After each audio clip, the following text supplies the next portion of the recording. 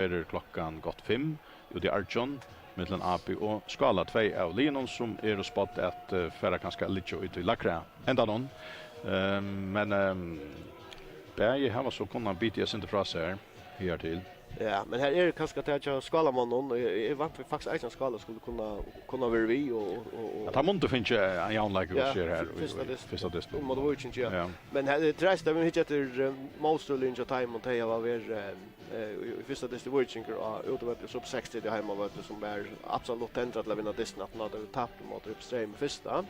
Så där har haft öliga tro på most of the och det är ganska ett mera men majority kan man säga att APA och APA finns ju en fina bild där finns ju två alla i första omgången och I halvtid att jag syns man pratar vi artificial teacher så det är ju time där bära spårningar om det kunde ivliva och kunde det inte till en katastrof och så så är det att det har inte vi ute vi stora pengapunchen och köpt in men du har mer på att spela som ganska hela väg här och så där lokala krafterna. Alltså menar vi ölla sonder politiker att här att vi det var ju också så fel som här var spets öliga hårt video så här var vi nöjt att arbeta i ölen och har 18 för jag fota sig att fortsätta ja. Så vi hade att det är fint att och tar grejer om stående tann att vi är kanske inte med alla bästa linjer deltna men vi gör det möjliga vi tog som är till tax här ute ja. Och då att det är sagt så att så finns jag någon alla som allra helst börjar där hade jag en främmande som inte var så öliga och går så att det så finns någon man I hans där. Ja, klockan för så smått annarskast tror jag och ner en tusen och i landa så och här har så spelare vi ju hit upp ut I vattnet och är ju av I natter och I hus ner gör att senaste och där kommer ut att ta det snopp.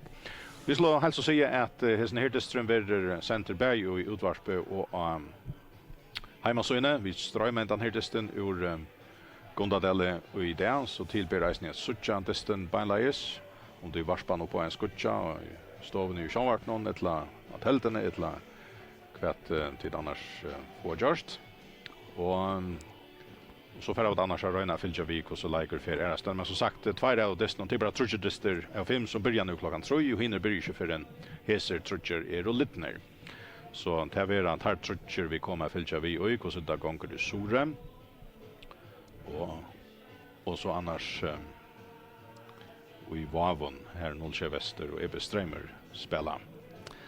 Men B36 och HP jag kan nämna spelarna ena för åter.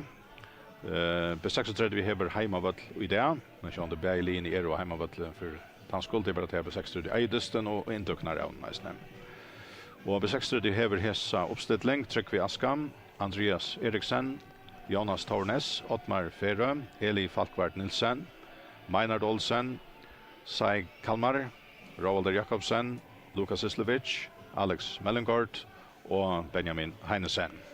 Och ägarlägare är Roy Hense, Robert Tejen Brocki, Hannes Agnarsson, Owen Samuelsen, Bjarne Pedersen, Erlender Magnusson och Magnus Holm Jakobsen. Och Jakob Borg är så vänjare. Och så där Hape Lie, tar börjar vi Tate Jesson och I mål.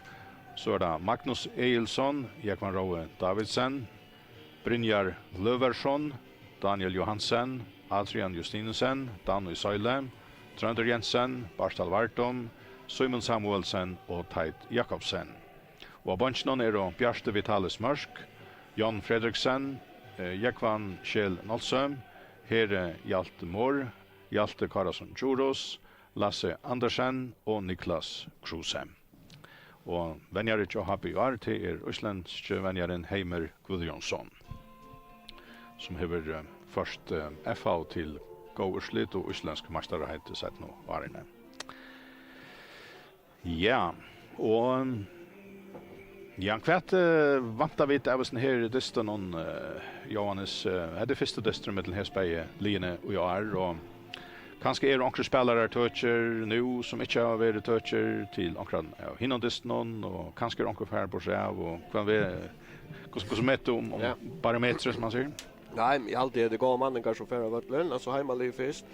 I alltid att det är fotbollsmannen här så Diamond och enda som är så är att han själv är bunch någon Erlender Magnusson som spelade är faktiskt Juggenbrot i fjör.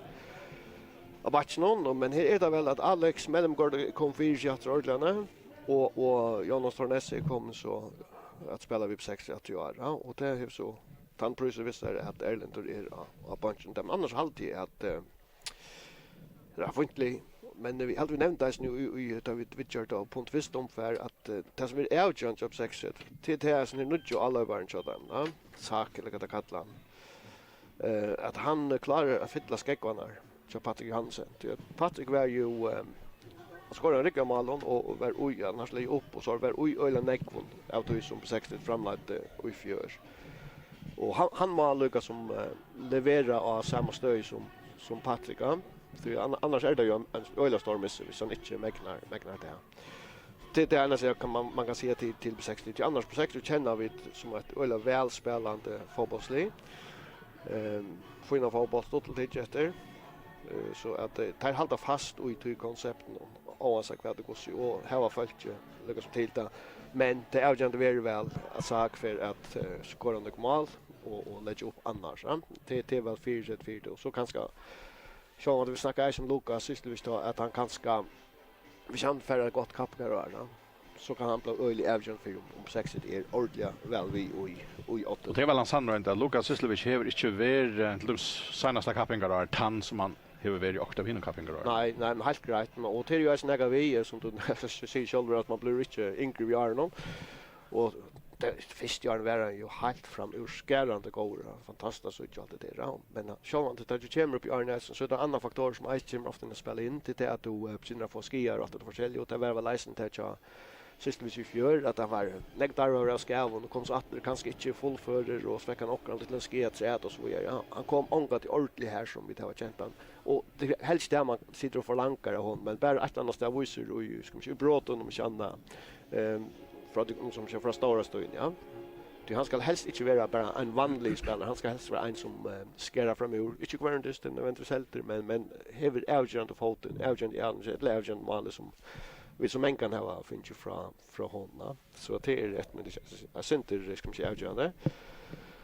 Alltså Hablin någon här är så att Östländare kom in alla i så och Stanko är veck och Pinkel är skatter han. Ja, skatter. Så är en dansk värjespelare. Han är på punchen då. Ja. Han har inte vi vill då helst Östländare men det lärde väl att Östländare han är mivadlar. Och det som jag kan läsa ut från här sånt det är att i mivärne vara väl Magnus Eriksson som spelade första distans samman med Hjalta.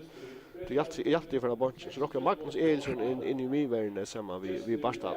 Så det rockar ta vidare brötingen. Och sen i mån första distans vi där nu mot KO så Ted Jakobsen kom att tro att det från Söderjysk här. Han skulle visst nog spela en gående mot Viking. Ja, det skulle lämna och till och med han kom mycket för att det första distans nu vid så och man hickar efter alltså bara manningar ska man säga.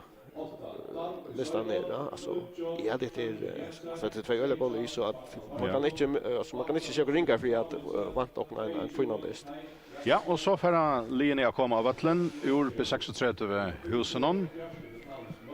Och som sagt vid visa Eisner Distan och Strömme och han kan sökast och hemma så jockaran. Och annars Eisner här i utvarpen. Ja, annars lägger det lunch ut åt den hin portalen nästan öl ofta. Ja, visst är det som inte då så väl så vi bara så jag kan allt. Ja. Klitcha så får man en fina mint och visst nog vi slow motion och det hela. Det är det som är ja. Och entertaker och mal och tema manglar för och det är ju. Ja. Det är något helt nytt. Frambrott jag kan lilla fotbollshem. Ja. Och vi så just så har på spelarna gänga fram vi det 63 var någon och spelaren är hälsast och tackar hon med kvar öron. Har Björner i Skidon och Svarston. Nej, Rejon och Svarston, så det. Men det är då 63 var som är i Skidon och Svarston. Och vi får så checka oss shall uppstillingen vidare. Ja, men annars också i bunchen job 60. Det är öl ungt folk där av sidan av bunchen. Det är Luca Brocki som kommer kanske finns det under högnäs men annars är det öl ungt sitter där och ett annat Agnarsson över Sundrun. Ja, nej, heter helt ungt spelare. Ja, det är ungt spelare och han är ju samma som en champ eller han är ett champ talent men han är så öl en darvar av skaven så va. Så att det är gott att finna han i gång då. Han har ju några som jag inte för fotbollsspelare. Han är en öjlig speed alltså.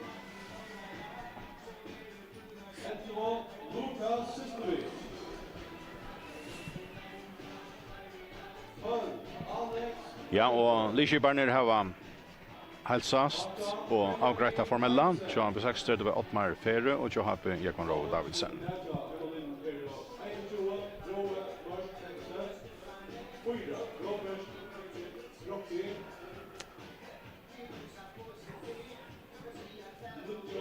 Ja, flera folk av backarna än det kanske är ju Ja. Jag har 6 huset till lycka vi har vara. Ja, här är nog så fitt av Askåren alltid.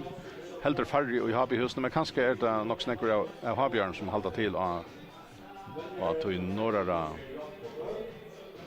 Ja, det är utlägg på kallar det för mixzone när det är akvarium. Ja. Alltid. Ja. Och så är det här i gamla skolan västanför. Här är ju Skuggasujan. Solen hon är hinner med nu. Så här är kanske inte så näck sånt där. Ofta han flera värre. Så får det vara klart att börja.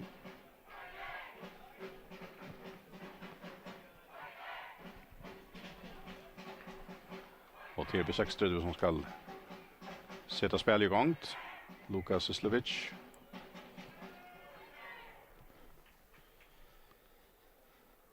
är klar att Jeva bollen till första sparken. Så där Rovalder Jakobsen. Lång sending från honom över och happy halvarna.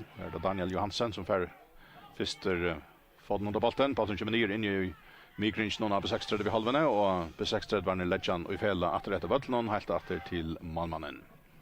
Så kommer utsparket från honom. Han räcker ja, han ettan stund halta bollen inne av bollen men han är kanske dömd ute inkast till Happe. Några få meter in i av 6:30 vid halvarna inkast till Teacher. Och bollen blir sänd fram och i vänstra bår på 6:30 var det på Fätron och Jonas centrarna mina. Och här etna så har spelarna få bollen av hinnon och tar Legend åter till Malmannen. Och Taiter sände så bollen först ut till Magnus alltid och så åter till Tait. Så ett långt spark från honom helt fram och i jog. Siktar kanske efter Simon Samuelsen men på 6:30 var det få han. Och hade det Benjamin Heinsen som är här som igen ska färra efter bollen och Jonan till sparket som han har att få han till hinmannen som ständer 18 meter ända så vi en inkast som nu är teacher till Alex Mellengard som akkurat över vid landslinjen som tar inkastet fram efter vid sjölinjen. Bollen kommer så ner upp 6:30 vid halvarna och Lukas Sislevic färran. Så sänder han bollen fram till vattnet här ständer Barstal Vart om Johappe. Och Barstal en lång sending Simon Samuelsen och kappränning vid Ottmar Ferre men Malmauren trycker vi aska med knappar kommer ut och färran. Så är det Jonas Tornes. Sänder han bollen fram och upp i halvarna. Och han tar så bollen ner här då Meinhard Olsen. Och så är det Habjörn som får han. Magnus Eilsson sänder han ut i Syna. Och så är det Adrian alltid som räcker vid någon. Och Simon Samuelsen färran. Startar ut i vänstra borg vid bollen. Spelar stått innetter. Och Habjörn här var framvis Daniel Johansen. Lägger han åter till Magnus Eilsson. Så iver om en lång beinsändning till Jakon Rowan. Tar bollen ner här. Spelar stått till Adrian. Men här kommer så på 6:30 var ner i mitten. Rovalder. Och Ottmar. Nej, Andreas Eriksen. Och en lång hösändning från honom över och happy halvarna. Och här för så är sån här baltiska spelaren Kalmar Saik efter bollen. Bollen nu center ut av vattnet och häver inkast till på 36 vänstermejen och la bästan för det här och räcka millinjerna. Och inkastet tar Alex Mellengard framåt till Alex Saik. La Kalmar Saik alltid han heter. Ikke helt klar i kvarter förnamn och kvarter ettnamn. Så en god sändning in i Happe Brostein. Och här är det så Magnus Eilsson som är första botten och Arin Meinhard Olsen släpper framåt. Här är det inkast till på 6:30 och också framåt och Happe halven i vänstra sida på 6:30. Och där för att komma kvar löte. Till Benjamin Aldjen som kastar helt in i måltagen med bollen för ut av backlinjen till målspark till Happe.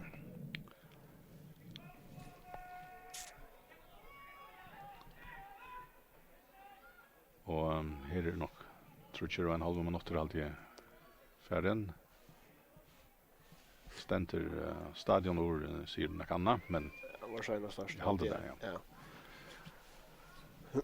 Manspark till Happen. Och det ska tajt attacka. Längt över på 6:30 vid halvan. Här är här är Söjlon som är han så är det tajt alltid. Ska pricka bollen framåt till jag skulle välja kunna vända främst till Happen så det på 6:30 så rör det ett kött mot allop. Jag vet inte är Maynard som bryter jacknen här väl in 4 och bollen ligger som stackar laser in i Brosteinon. Roald Jakobsen färran och på tvärs och så är det Habjörn som får han till Trönter Jensen färs bollen från sig till Tait Jakobsen och spelar så till Adrian Justinsen stått till Trönt Jensen. Och vad gör det? Bollen ändrar till Daniel Johansen Johappen. Räker fram mina vid bottnen. Det gör ut till Symen till Bödvar. Den här isländska spelaren Habe Brynjar. Brynjar Blödvarsson. Och på 6:30 har vi så bollen. Andreas Eriksen ett lerhatta ganska Oddmar Ferro. Lång sändning från Oddmar. Iver och Habe Holmen. Habe är första bollen. Och så Brynjar hade under bollen. Bollen kommer ner av 6:30 vid halvan. Och här är det Oddmar Ferro. Och han sänder han så fram efter högra menen i högra bollen över ute och här är inkast till Habe. Ja, 5 minuter för Jonas. Ja. Vad det är inte igen kanske. Men det som inte finns ju han fri i sig som man ska ha Berlin vilja öle gärna och då så jag ganska sent det första 5 minuter Nox och atypiskt 60 att där pro Nox neck vi långt och sent det vanliga är att där skulle helst brodera sig fram efter men det känns att det har bränt jag trust framåt och av Ötlon och hinnan att det har börjat spela från Malmö av längt att det tog att sexan vill inte ge dem lov till att ska försöka flytta bollen fram det var inte gratis plats där så vill det så länge bollen så håller väl Bergfeldt det är som stark här så bollen kommer att en 4 till för Tarja så det är väl till Bergfeldt halt och reisen där vi att Mal kom öl ofta att han misstag och tilldömes uppspel men nu så det menar Benjamin och han detter så men domaren säger Manspark till Habe. Och Tider Ivast och man ska ta det stått ute i borre men ja då ser det 36 lite halvt framme och det vill säga att nu kommer oss ut så vill jag trusta på den vägen här och så är spårningen om hade den skajspelaren för lite trusta så vi kommer längta lugga väl nej här jag tror inte så skulle det så skulle kanske vara mer konsekvent kanske då får det lugga först bollen fram. Ja, och det är har Björn som ränner bit upp på ägnare halva till Daniel Johansen lite framåt och kvar för han så igen Trönter Jensen förran räker ut i vänster så i bollen räker fram efter bollen blir tacklaver och han för ut och har Björn huvud finche foten under bollen sust och inkastar vidare till på 36. Det har chef Jonas Tecker och så är det Kalmar Saik som Fetel Straks och här lägger Daniel Senier och blockerar bollen ändrar jobb på 36 varna kortne och det är Andreas Eriksen som är överans startar den gamla Sky så ägnar halva och spelar stått till Eli Falkvart Nilsen och Eli ut i högra sidan till Jonas till Maynard Olsen Rönner spelar framåt till Kalmar Saik men bollen är ute och Happy häver inkast. Och här är inkastet kommer så framåt vid sjölinjerna och vi så skalla om man åter då Happy halvarna så vi bollen center in i mikringen och här är det Adrian Justinsen visar för Alex Chinster vi bollen och färran åter och så ränar en annan för vi när fixar 50 här och så blir det frispark till Happy.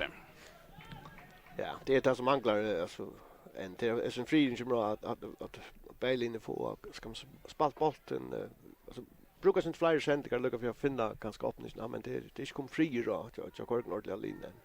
Det är mer arbets överheten som ständer främst i ljusen och mot lite. Ja, vanande lucka som för det går att spela att sucha satter man har löte. Vi sucha tekniker till det men det har lagt nog snägg orska och i nettopp det här vi pressspelet och så är det Habjörner som sänder bollen fram under målet på 6:35 och Alex Mellengard har så bollen här och i halvtid han Gerard Oge, han får ett manspark på sjurresten. Här han skjuter bollen av en målläggare och här är han ute på backlinjen.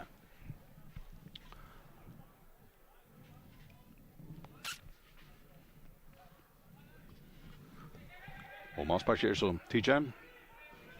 Andreas Eriksen får bollen ut i Svine. Och Alex Mellengard, Roald Jakobsen, Kalmar Scheik. Och här är så Brynjer. Isländske spelaren jobben, men kött TJ frispark. Och så för Lukas till strax i ett känt läge. Och bara som bollen över ute, han är inte dömd ute. Han var rättliga åtta lägen i backlinjen. Och vad blev det så till? Blev det ett manspark eller vad det blev? Ja, Linjever, han är inte flatcha loft. Kan ju för att inkast. Inkast, okej, ja. Inkast på 6:30 Alex Mellengard fram till Lukas. Och han är så startar här fram i hotten och så åter till Alex. Och han rönnar släpper in om men då har Björn Gerard nästan Naxas Prostein och hej Benjamin finner bollen visser här så kunde det vara något spännande. Men han miste han ut här och så är manspark. Ja, fick han vissa han lyckas som mister för som han i fotboll som han ropar. Fick han inom så blev det en väldigt stor möjlighet till 6 just för. Och vi manglar kanske få att han helt stora möjligheter. Vi manglar få att lyckas såna första möjligheter som kan kanske lösa upp lite synt. Ja, 20 minuter farner 0-0 här i Kontadelle.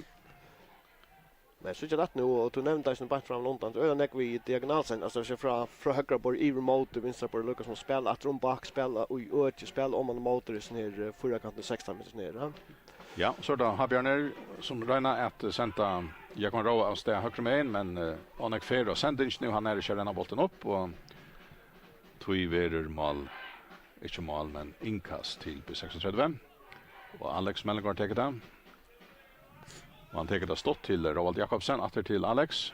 Så langar han till fram och Happy halvorna med bollen huvud skruv och snäring ut efter vattnet så tar vi ut till inkast till Happy. Jag kan råda till inkastet. Högre med igen, några meter fram i linjerna. Framåt vid söjlinjerna. Adrian i hatten någon och så får bollen upp i loft. Och Ottmar var den första. Så fingrar på 16 bollen Jörna, Roald Jakobsen. Röjner så vi en länkare beinare sändning i mitten back och Myverja. Men har bevärjan för fätra bollen. Så kommer bollen i på 60 vid halvna. Tvär färra efter och någon kvargen färran och så var det Roald Jakobsen som fär fått någon bollen och lägger den åter till Malmannen. Här över bollen center om han åter Amina. Kvar färra nu Roald Jakobsen fått någon bollen. Bollen kommer ut till vänster söje. Och så för Benjamin Heinesen fått lära färra efter bollen. Jag kan ro i att han någon och jag kan ro lägga sig ner och tacklar och räka bollen och ut och så är det en kast till på 36. Ja, måste jag ro störst just där. Han är shooter men han lyckas väl är han så mycket färande fannas aktiv i kroppen just så här och fär kom så länge att han får glida ut till ett inkast och alltså Benjamin kastar längt ut så det första som hade det för han inte rakt shot men han minns Ottmar för den närmast stånk här och så ska han snitta bollen vidare. Ja, så ränner där åter och han kommer in i Maltaje med här står Barstal. Bollen kommer ut åter. 60 var han åter. Så där Mellengard lite han väl in för det men Tider skulle finna han bollen ner och hevran. Ja, men det så att vinkas väl att Ottmar står här så bollen kommer flotta sig väck från stan där. Ja, här ska han kanske ta en kasta så det ganska bara stanna där och så är det returen som är avvärts. Ja, och här så vi har Björn missat bollen i uppspelen men på 60 var ner Finkovic Reilja Nacka mot alla på lä. Och så är det har Björn som räna. Tid Jakobsen så finner det strax vid bollen och han Oj. No, ren tackling så i domaren. så de går. Ja, så var det en god tackling och så får det tar i allop.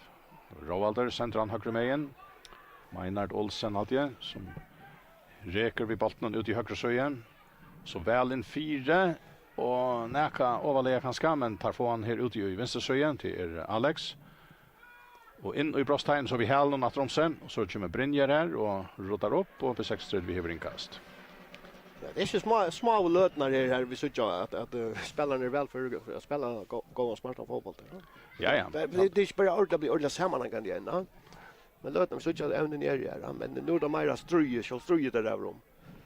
Nytt inkast till B36 Winstermejen, Atter Benjamin, längt inkast in i måltagen och bollen stackar här är uppe i luften 29 in i bröststeinen och så utanför bröststeinen och så lite har Björn bollen är inte långt om och mina B6 får han Atter lite på loft fram mot bröststeinen Atter spelar detta bollen 29 domar Bruxlar inte spelar la bollen med centrum och mina. Och här är det Dan i Söyle och så är det Adrian Justinsen och så ett sujeskifte över till Daniel Johansen Johappen. Så sätter han fjärran. Hever en man helt ut i barnen till Simon Samuelsen, så är det han som får bollen och renner prygga bollen i mittelbeinen motläggaren, det är ikke. Det blir Meinhard Olsen på 60 som får stå i bollen, reker fram etter vid bollen, kommer fram av mina vinner nu, og så kommer en Habjer i modern, og så er bollen tacklar ut till inkast till B36 och räcka midlinjerna högre med igen. 14 minuter farner här i fyra halvlek framvis 0-0 mellan B36 och HP. Och bollen är och HP halvene. Och till Barstal Vartom som HP som är hevran, så är det Brynjer Löversson och så är det Adrian och Jemar Rowe och Adrian. Och så är det återrätter till nummer 16 så HP till Barstal ja. Och Trønder Jensen färs igen bollen in i mikrinchen stått till Brynjer och om man är vänstra bort till Magnus tvärstom högre med igen Jakob Rowe vi hade någon skala bollen framåt och bröststeinen eller in i bröststeinen jobb 6-3 men här var ungen vi lägger starter och målmannen kommer ut och tar bollen. Så annars nu måste jag play få SMS händande där mål kom in men nu är förna portalen så att Epistremer lax i A8. Vi var van. Vi var man och väst. Och så är det på 6 ut 18 som rönner. Men bollen fer upp i loft och kommer ner av Mine.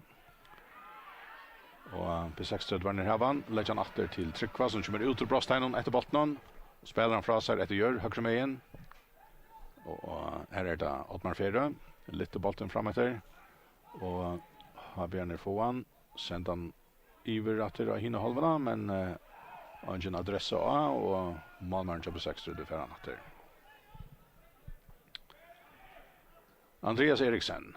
Så jag ner det Ottmar Ferre. Myvärjan på 6-3. Venstre mejen till Alex Mellengård. Så är det Benjamin Heinsen. Så kommer Alex fram efter vi fer här. Lägger bollen in efter till Kalmar Saik. Har Björn Reina krösja bollen av någon. Och det är etna stammen Eisne. Trönter. Så är det Simon Samuelsen. Centran högre mejen men efter en sändning som är och hö. Och bollen för ut här och tar blir inkast till på 6-3. Annars är Peter Petersen som skorar för Epistremer. En utlejare på 6 var. Ja, vi vet inte om vi utlejare första året. Vet inte om det är bara för långt ett land kanske häver. Det är inte det grej. Konvertera. Ja. Ja, på 6 var bidger vi. Det är ganska lugna jag vill Maira på 6 som bidger upp har på ganska Maira för att stäva botten vi kvar står den för att alla vill men jag vet inte om du är samt nu är det ett kvarter gott kvarter färre och hade det varit pura jämnt alltid i shoulder men drack de så sista lötna att det ganska Maira så spelar i battna så vi det är ordentligt så klockan ringer men alltså det blir bättre som det lossnar det första löta så jag håller tatt och raskar och lockar nyer och att det så får in i orden och sluncher om vi ser ut och vet så så länge kan löta kanske spela på sina blös det mor och glömma kan vara den vänner säga och knappt det kan jag skriva Aldrin göra till att Mosley här championsplats och så släppas det och följa att vi har lossnat lite inte nu i mån till Charles spel ja det är inte ordentligt här som det spelar in. Hotnas Parker till 6-3 som Roalder ska ta annars är Eli Falkvart Nilsson för något tom men låt jag vet ska bära där och detta ligger väl in och bollen ändrar i näten on Malspark nej Hotnas Park för B36 för jag vet inte för beinleis i näten. Eller Scholmal. Scholmal Hotnas Park ligger inne i det inner öge här. Jag håller att kommer Richen och en Habjer här. Jag vet inte det något dömrat. Ja, jag vet inte. Är det så inte vi känt? Nej, pojkar tjej helt upp han själver. Ja, vi såg att det. Hotnas Park kommer här in öge. Nej, han dömer frispark till Malsby. Jag vet inte frispark. Ja, vad händer det? Jo. Ja, han kommer under målmannen kanske. Ja, jag hade sagt som in här. Nej, det är inte sagt den andra, men lägger mig chans. Jag tror att det så så öl undalt ut. Jag tajtar för in i mål och kommer Richen och snöslen där ner. På ett version och in i mål. Ja, så Peter Pajka så det är närm nu det helt namn. Ja.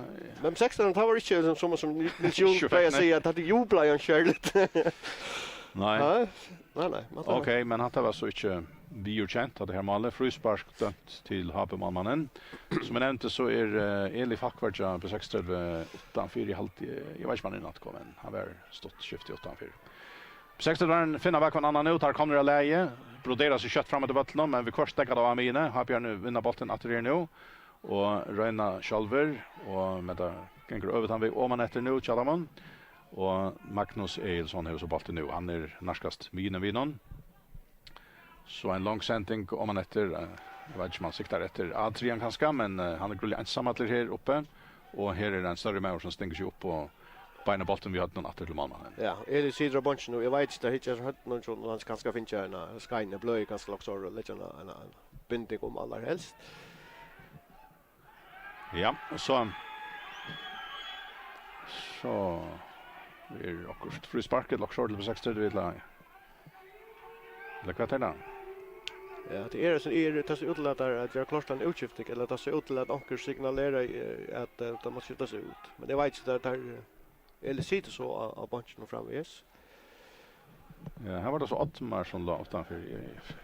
Jag har bara två ögon. Jag vet inte vad allt händer här av att någon till inte allt man ser. Nej, men i hade på 60 klart en utskiftning till att Eli över finns ju också inte ska spela vi så det är en utskiftning så spårning kvar kommer in. Ja, rättliga aktiviteter här inne i skulle någon köpa 6-3 så det kunde väl lycka till att en nutch med ska lava vattlen. Och jag sa slett inte kvätt hänt det här vi Eli Fackvard Nilsen. Och så att hälsa jag får dig. Ja. Jag vet att får det tillsammans så ser det men det är någon ägg. Så är strui här ute i bornen öle trångligt öche här där tovast med bollen och ursligt gör att anken färran till så åttalega att bollen fördelar sig ända utanför. Det blir en kast på 6-3. Vi haltar spela av touchmannen lötna. Men här är det en annan som ska in nu och Shirley finns ju grej och akkurat. Ja, han är så att Erland alltid så att Erland Magnusson. Ja. Men han är så inte en ska man säga naturlig alla ser för hina. Nej, men det kan vara han spelade ju bättre vinst ju högre backar för så han är ju ganska större fjällbrötning som så ja. Så här, ja. Ja. Här har vi Ottmar Ferro, en lång sändning från honom helt fram till tajt och i Havmaldon. Och han trillar så bollen ut till Brynjer.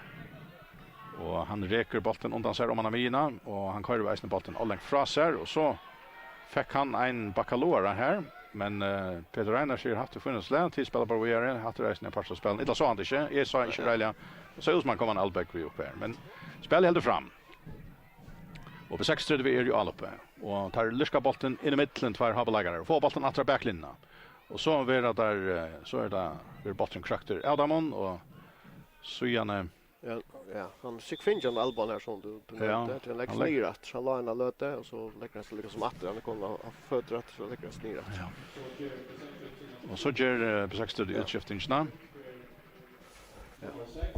Eli Fackvard Nilsen och inkömmer nummer 9 Erland Magnusson. Så var det Erland Magnusson och Roald som lite lyckas som tar på Mivatlaren framför världen. Vet inte kvar att han ska vara där mer ofta. Man snackar om en sexare och kanske Roald han som ska ligga framför världen och lyckas som styra ut lån. Så vill han kanske mer en som ränner från 16 meter och 16 meter. Ja, och här är det snär isländska spelaren Jahabi. Han blev lite chante och han är och Peter Reiner så här ju ungefär doslet här han heter efter Lauter halt jag och så jag vet inte vad det ända vi. Nej, men jag tycker han ligger så långt kör. Jag finns inte en stöjd så eller så. Så att det så jag hoppar ut vägen och så kommer man mista jag folk vidare. På ett annat men Ja. Nej, här är han och finns ju ett annat. Jag vet inte om jag som inte när kan komma efter jag tror som här för fram men jag vet inte. Men det kommer ju jag pojkar sig jag kommer och slående att ut här på benämningen alltid. Men inte så illa har jag alltid fingrarna så räcka men det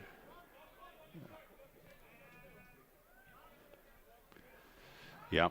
så att det rejält nog. Han får så tom nu och så vet jag inte vad man händer. Han ska tom för att släppa in natt till. Ja, där man ligger alltid så och eller nej, där man får hjälp på det. Man gått lite ju komma upp att spela igen men hvis folk vill kalla in av Ötlen eller vet ju rätt lite hit så ska man nog utom och Och det är väl för att få att att om så är det att det är skolspel liknande, ja. För att stäcka ut det så blir det en missmod på styret jag luggar väl, men det har för varit alltså rejält. Men domaren atlar inte lån in att det ser det ut till. Så är vi det första. Till jag vet inte tror att Ja, alltså normalt är det att du jag tycker att det kan vara en blöjor, alltså så släpper han inte tror jag. Men Peter han vänder bara som så. Ta Peter passen till. Nej. Han säger nej, nu startar här säger han. Okej. Så måste helt kan han vi chans så höda så ringt till Lockshort han säger. Så det är en lander auktoritetskamper här med domare och vinner han säger jag finner mig just ner att så låt så visst du höda så ringt så måste vi utanför han låter till höda bättre Lockshort. Jag vet inte chans. Men jag hemma så kunde ju ice med en par när Fyrberg vi har ju haft några ska vi stöver vi slätel hött och så där gör det så där man kan ska. Jag vet inte om det kommer liksom egen i Anders ja men jag kan ge mig till att det ska ingen löta kan ska Arne. Nå, så ser han nu. Okay. Han börjar till botten för det ut till Lockshort. Ja, okej. Ja. Nå, så ska domaren ta sig inte vi Brynjer.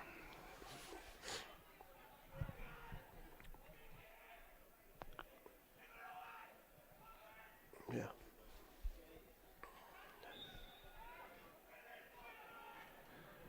Ja, spalter är för 20 minuter och här är framvis inte mål kommer utan ett kontant mål till B630. Och det för så vidt ja. Ja, och det var faktiskt helt onkan ordentligt målmöjliga och helt onkar ordentligt goda spänta stöv så att det var öliga nägg mitten 16 meter och förlåt in i 16 meter. Bortsett från såna mål och chans som in kvart vi rätt tight drive frispark han vill skumpar vi för den här in i mål. Och så är det på 6-30 så kommer där fram i brösttegn och så är det skott och han Montefärg i nätet.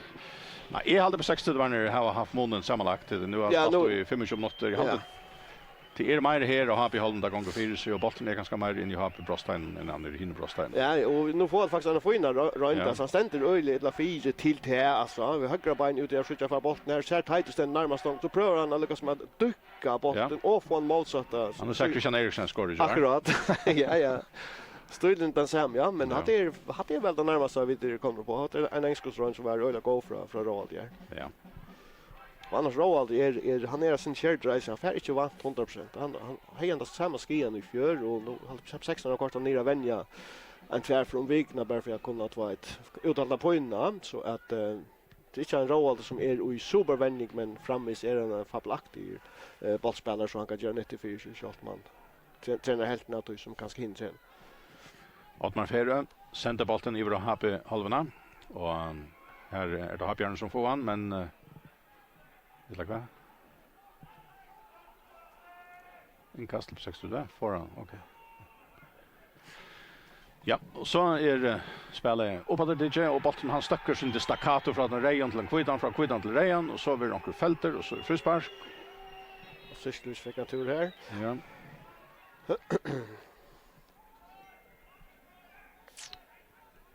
Men är en öliga god känslig om nian är gott över och två från fotbollsliv men man också säga att spel här är inte värd att stora. Nej, men intensiteten är väl och det kör det är en charm nog kan man säga men och nog snackar etage tillstånd vi lite andra man och en evighet och allt det. Det kan hända men så att det är en chamber och så inte vi vill att vi helt rätt av Görstan sparskar Lucas med sist vi chamber Lucas som 18 från här och ut i han center foten så chamber sist från om och vill liksom ta ut färra frisparkar med in.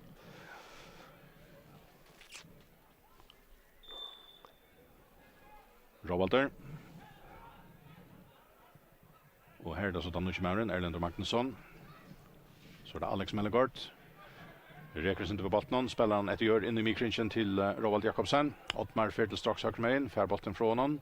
Ett gör framåt i bollen, gott prick från Tjejernon, Meinart alltid. Och så ska Jonas sända in 4, har Björre ständer i mitten och bollen stöcker ut till inkast och sker till B36 och halvar i halvan här. Ingast över till stått till Jonas. Han är klar att sända in 4. Och i stället räknar han. En hopp spelar glöjer så ligger väl 4. Och har Björnen touchar sig till bollen in i bröststeinen men han är över ute så tar vi hotna spark till B36. Ja. 16 färra köra på att inskrona så att Alex för ut där. Det sista hotna spark kommer ifrån Roald. Alltså ta alla öle väl i närmaste öke här. Men så blir det lite frispark just där och mal kallt.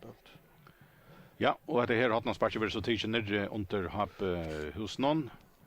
Inne under backanon här för Alex och så kommer det här inskruvande sparkje. Helt innom allt här har Björn lägger sig för högt under bollen ändrar åter tja samma manne och så åter säger det väl in fyra och så ända genom neten någon. Och att det var Meinhard Olsen hade som fick foten under bollen och flukta jag närmast i neten. Och ser väl sent in fyra. Första gott hotna spark har Björn fink rota borster så utåter han ända i akkurat så samma manne. Alex Mellegård sände väl en fyra. Och Meinhard Olsen sätter han i nätet till 1-0 till på 36. Och i halvtid heter här är fått upp på borg på 36 lägger sig 8 här i distan. Det är så nästa boll som är intressant. Nu vinkeln ska se bättre till Alex och lägger så halvtid vi om och så jag menar ja shit jo han är för att täcka akkurat här man släpper standas läsra. Inne i 1.5 det här man vill klossa på in och så man följer andan när man snusar så att det här är inte något avgrätt men här att först att någon som är 4 här men ganska koncentrera sig så får där bollen utåt till Alex här och så missar man ganska lyckas man lydes inte man när man hejer och så den bollen 4 efter och så lycka på ett split sekund så är han blir en pura laser och skorar ett annat där rymliga lätt att han är helt in i mål och skall fylla dem är så gång kvalitet som menar han skorar här för så vill det. 2 domaren utskiftar. Försnackar vi. Jag kan nu. Alltså Eiler kommer in. Ja. Till Peter Afipo ganska. Ja. Ja. Till ja men jag är så hette man ser för och alltså står ju isen ja. Ja. Okej. Så rockar vi då flöjta Sintemar en Peter ganska. Det Peter än den domaren som leder ölen är en om ja och det är snabbt person de har Australien väl det inte var som riktigt alltså basta ger för vi men det är helt sten ger men han vill gärna vara ska man säga alltså spela släppa köra och leva och det släpper leva såna gång ganska inte flöjta såna va. Ja men domarna kunde nästan uppblåsa skatter. Han hittar ju annars väl upp helt med så tjå och distance så men ja, alltså 1-0 till på 36 nu halvtimme är färden och här är frispark till HP när kan vi ska på 36 vid halvan är center ut i högra sidan.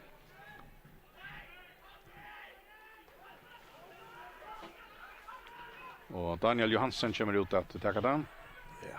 Så det är ett insnärande mistrabeinskott. Ett lättare täcka stort här bara för två mål mot Roald här. Det kan nästan bli. Adrian Stentor Eisen Chonon. Foto så ja, han får första bollen och så blir det hin. Snärar han väl in i brösthöjen och på 60 var i första honom och så oj så får han med om kottlar men domaren brukar sig inte. Och har Björn få bollen att Romine. Malmöarna kommer ut ur brösthöjen efter honom. Och längt utspark från Tajte ut efter vänster sida. Simon här för bollen väl visser nyer men han Stödrarna inte fra sig på 16 när han kom mittlen och har Björn så vunnit en åtter och man missar ner Romine och lägger till bollen längt åter till Malman en affär. Ja, då så jag vi att Tider ligger som ser framan 4-16 meter till att det skulle kunna bruka i spel och så jag öl åter här och bant fram och under nästa till den diagonal sändning i som ballen sista för någon i mot Simon här. Han ska ta att han det upp mot Jonas här. Men än har inte rakt där ordentligt och väl, men till att flytta bollen längt Axel vinner öde och så tar det härifrån. Barstal och Tajter åter fram sina mittlen så ett utspark från Habermann ut i höger sida till Jakob Roa och åter till Malmannen.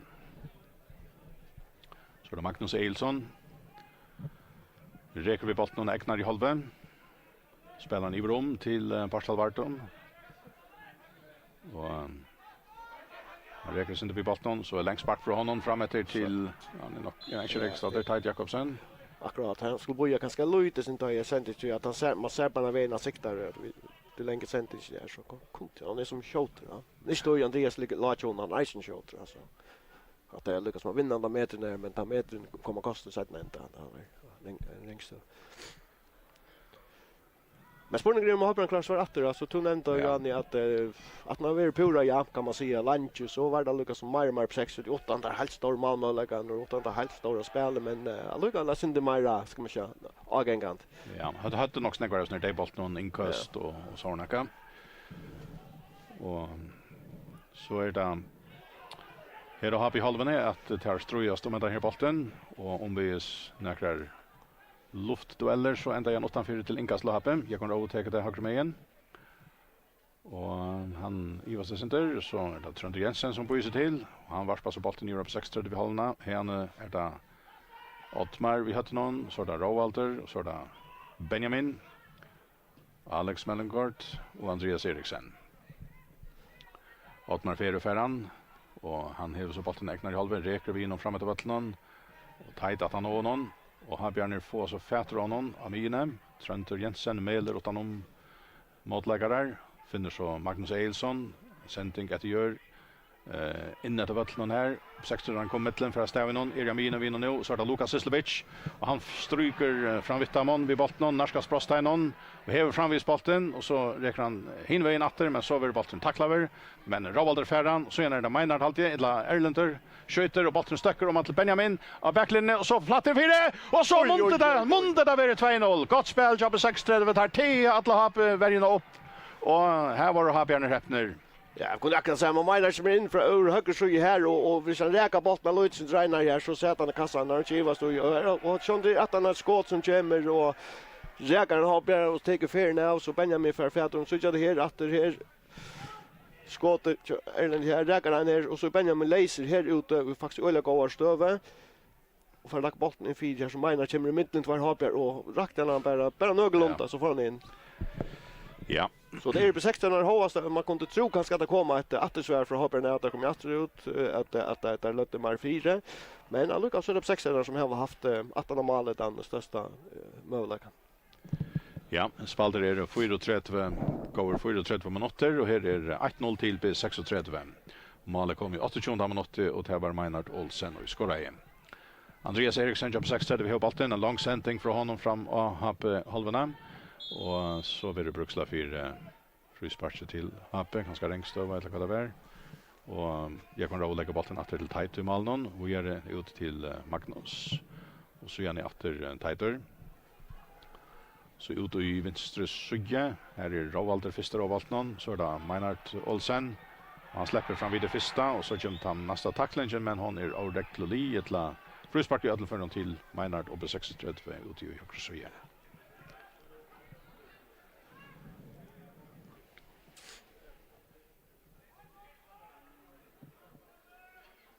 Och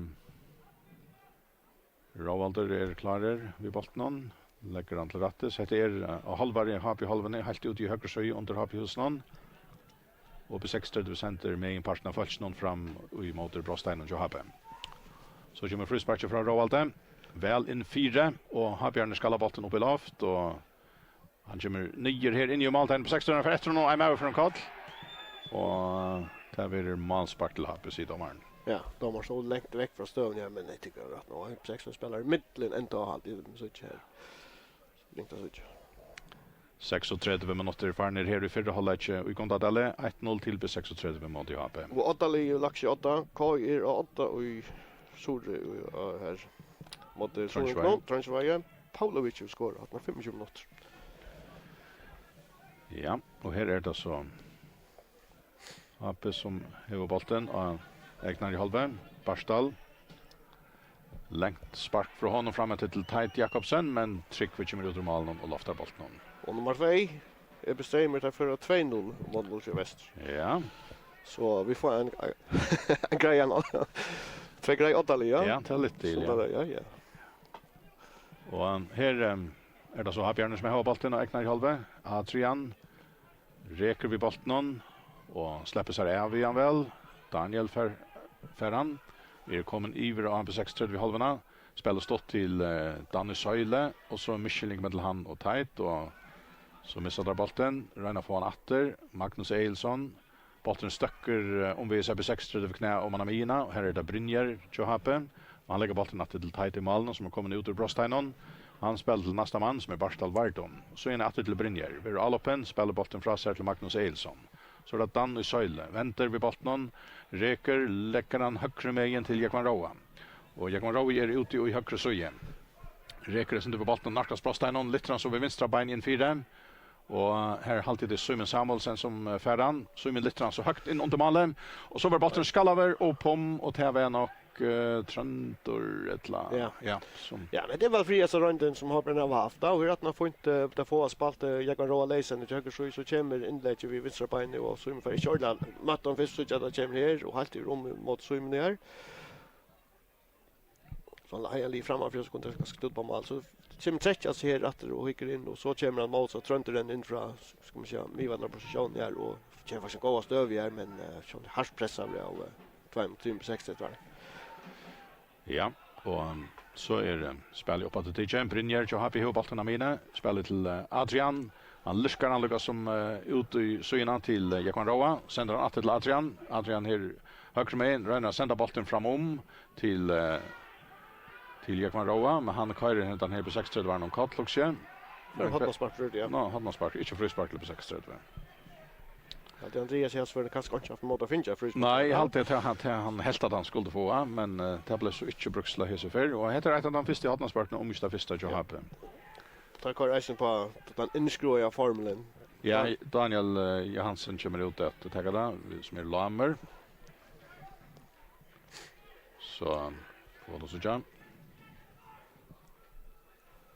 Och han sänder bollen väl in 4. Och bollen vill skalla över på här kom Brynjer ser ut som en som kan skalla och han vanns ju på men en största analys inte längre ner så kunde han sitta.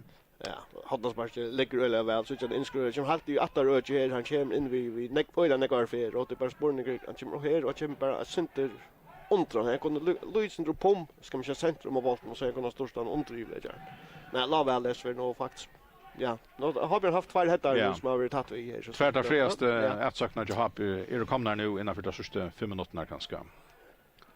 Men här går 5 minuter efter av förra halvleken och här är 1-0 till B6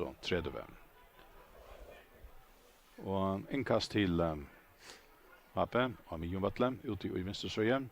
Det tar Daniel Johansson till Trent Jensen och så är det på 60 det variant så när får bildbukt vi stövna och tar expedera bollen om VS 1-1 för Anna efter så i mitten men så blir det frispark till B36.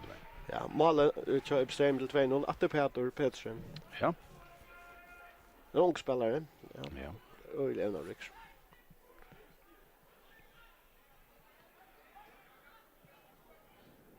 Frispark till B36 Oddmar Ferro sänder bollen fram efter höger med men han ligger framför Meinhardt som inte räcker efter någon och här blir det inkast till HP. Och ja. Kommer nu. Och Habjarner spelar sig fram efter bollen kommer fram av Mina och så stackar bollen i mitten. Ja, och så för en spelare till HP om kort Lucas i domaren. Och en på 6-3 var ligger Eisene. Och kan se så Eiler som alltså löser Peter är som domare här i Destnon.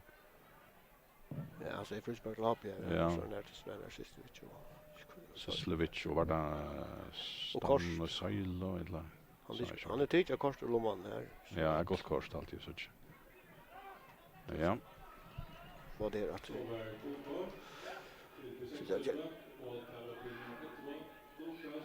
Ja, just Brian där på så för det dansöl så. Allt det nästan. Ja, men Abjörn syns inte man nästan så slut, va? Ja, men ses inte ja. Det måste jag. Frispark av där så. Mer är på 6:30 vid halvna ut i vänster så igen. Och här är Adrian och Daniel. Nu är det Adrian, lite in 4. Och bollen så skall över mot målen och han vill akkurat just över och pom så tar vi hatt någon spark till HP. Ja, men så blir det ju en superpress tycker vi här att så jag lägger bollen öjla väl alltså så vanligt nu så Daniel så har ju Anne och nu är det så att han är så att den skruv här och ja, är det Barstal eller helst och han får akkurat fingrarna och han tar lite hatt någon spark. Ja. Nu tar han spark till HP igen. Daniel Johansson. Eisne väl in 4. Målmaren över. Okej. Att det är skumle. Ja. Han loftar in nästan astryken. Men det som kanske kan undra att det har någon spark ligger så mycket väl att det inte mer ska man säga kappingar mer av hoppspelare som söker. Släcker man 4 här. Ja. Men så vill det kan väl uttalan att det ska lägga sig att där och kan så för Meinhardt Olsen i Jöknon här vänster med igen en missetna timing här, men har Björn få bäst fyra till Barstad som vinner sig upp på plåtsatter och lägger sig kärflätan i Leisendofte för att blockera. Men på 6 du har så inkast till vänster med igen. Framåt och har vi halvene i västra skule. Och platt över Benjamin som kastar i här till det ganska snabbt. Ja, där då.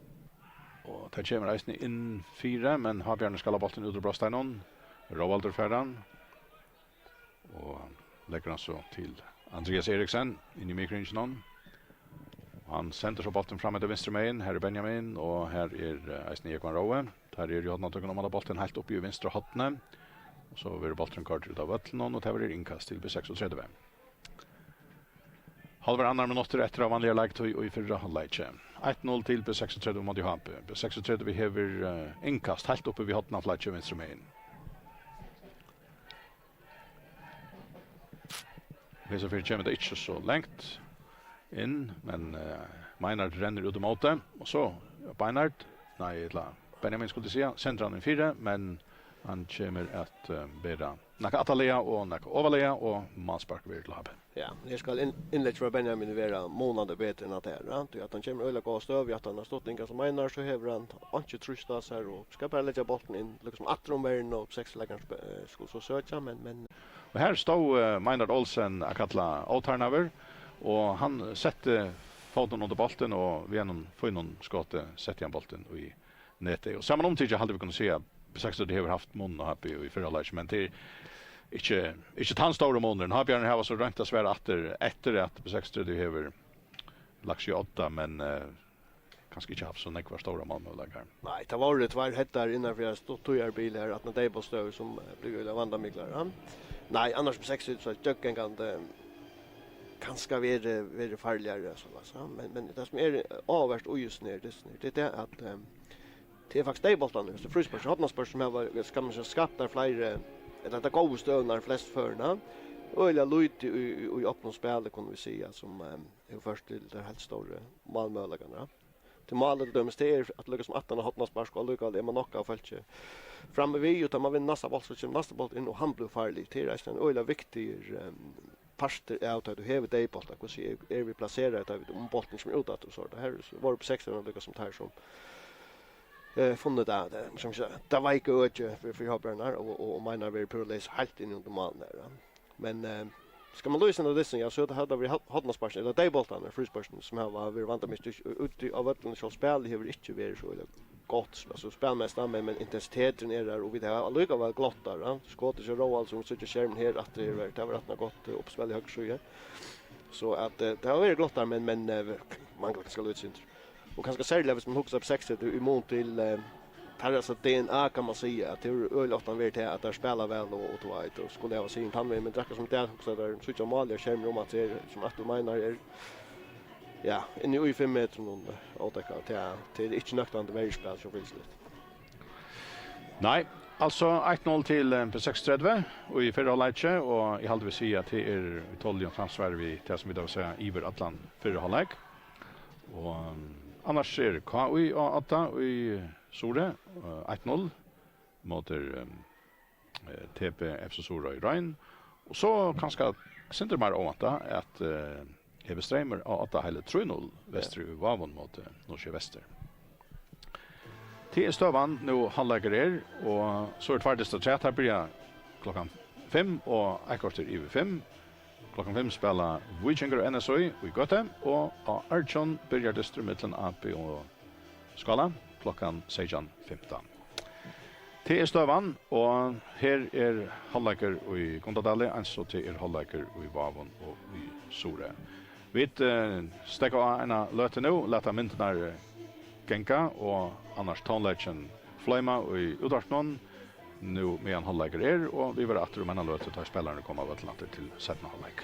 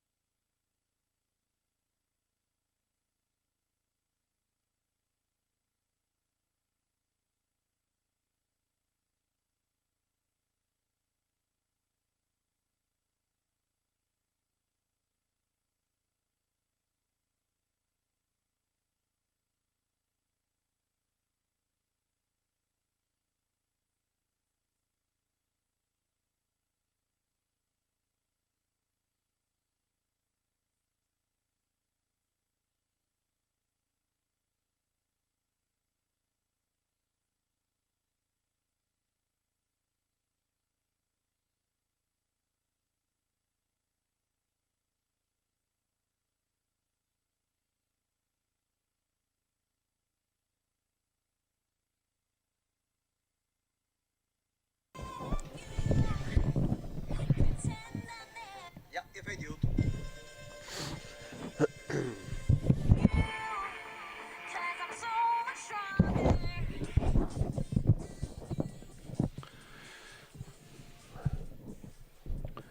Ja, så är det vid atter Så kan vi se dominator i Guntadal till distan i mitten på 36 och HP och till såna matchstöna Jans Jakobsen Kirsval.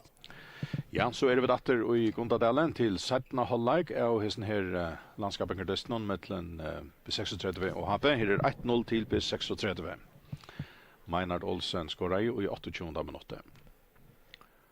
Och här så inte ut till att vara nakrar skiftingar, brödingar, jartar och några linon.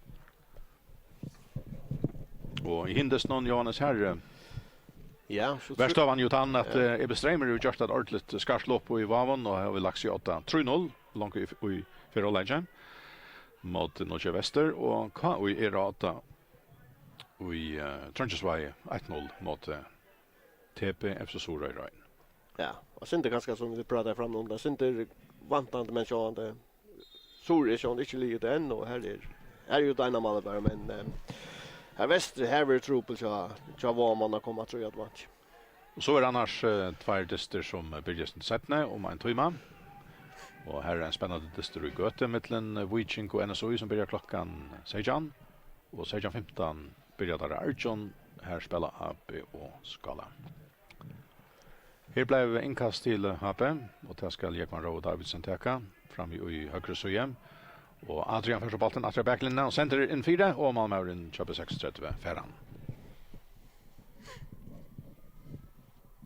Ja.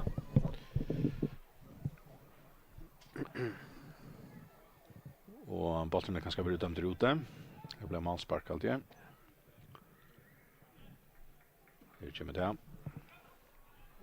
Och man har mina Brynjer, isländske spelaren till HP, hade under bollen. Så är det Jonas och Simon. Och bollen vill pricka fram till Dan i Söyle. Jonas blir liggande. Spelar helt fram. Simon över bollen. Och han sänder han in om här. Dan i Söyle för bollen vid sig. Och så sänder han om först vid en stor målmöjlighet till HP. Och att det blev något som kanske först skott ettla sending in 4 ettla att det blev för en bäge liksom. Ja, Rockvian Atla kan ska sätta han in i synet mot så att det här. Kommer öliga gå över att vinna bollen ner och väl spalt så men. Öliga spalt in i mitten här och kommer han ska stå över. Så det är inte kanske han vill hårt pressa vet som Erland Accommodation som pressar den här. Men alluga väl kanske skulle gärna hur så är rakt mål i gossar alltså. Men ja, men öliga väl spalta så men här ut öliga väl spalt. Ja. Frispark till B36. Brynjer Fettler tiras ner Kalmar Saik eller Kaimar Saik.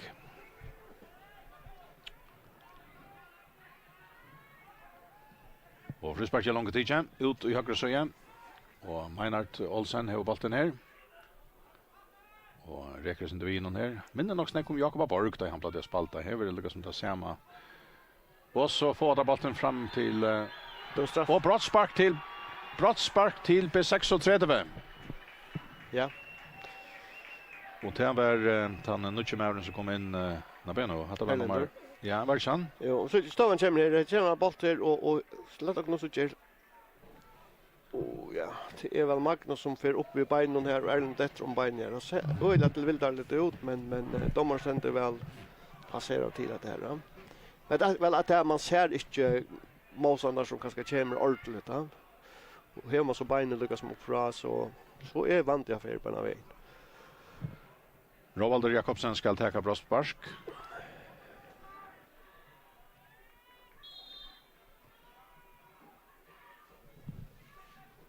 Och Malmö Bjarkar med bollen stöcker laser och i RSF var det om reppe att det blev mål men vad säger Hotmarspark. och så är det Malmö som har i ögonen och skältar domaren och för tillfällen gott kort. Ja, väl tidigt alltså han skjuter en flat men inte något eller han vill rött så ju och fär hand nå han så kommer kan man säga att det är en öliga gast över han kanske få sin det mer på sjön med tajt Bjarkar en annan för då Bjarkar var viktig för Hoppjärn. Nu är det framme vi och i distna 2-0 kunde koftar. Så kommer atter hotna spark och det var det teacher vi nästa stång bollen blir skalla högt upp i loft på 60 man skallar in att Brostein och bollen läser Brostein och han stöcker fra in och landan och så teachers det vanten över det av så för HP i hesen syfte. Ja, man ser Bjargic och tajt hon jag tycker han luft nej för Hopbjörn att Hopbjörn har inte varit så dominerad att han inte klarar att dominera det snär kontrakt 2-0 och kunde bli öliga törs för att kom jag tror jag. Men det var en giltig möjlighet att 60. Men framme tar framför så att om man känner i hinnen och så är det väl nog det men det synd det tungt att bränna en sån straff ganska rätt. Ja, men till väl tidigt att tajt här men själva det kunde Roald Möll sparka det synd mer åtaliga men nej aldrig all halvtid att den straff som man säger att det är okej nu råkar grunt ner att Ja. men så hvis inte är knallharsta och Malmar väl rött i syna så är det lugga vi göra 50-50.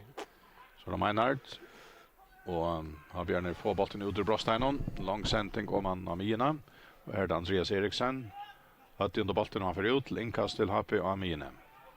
Så med nu bollen men alla inte kasta letter Daniel Johansen om det. Och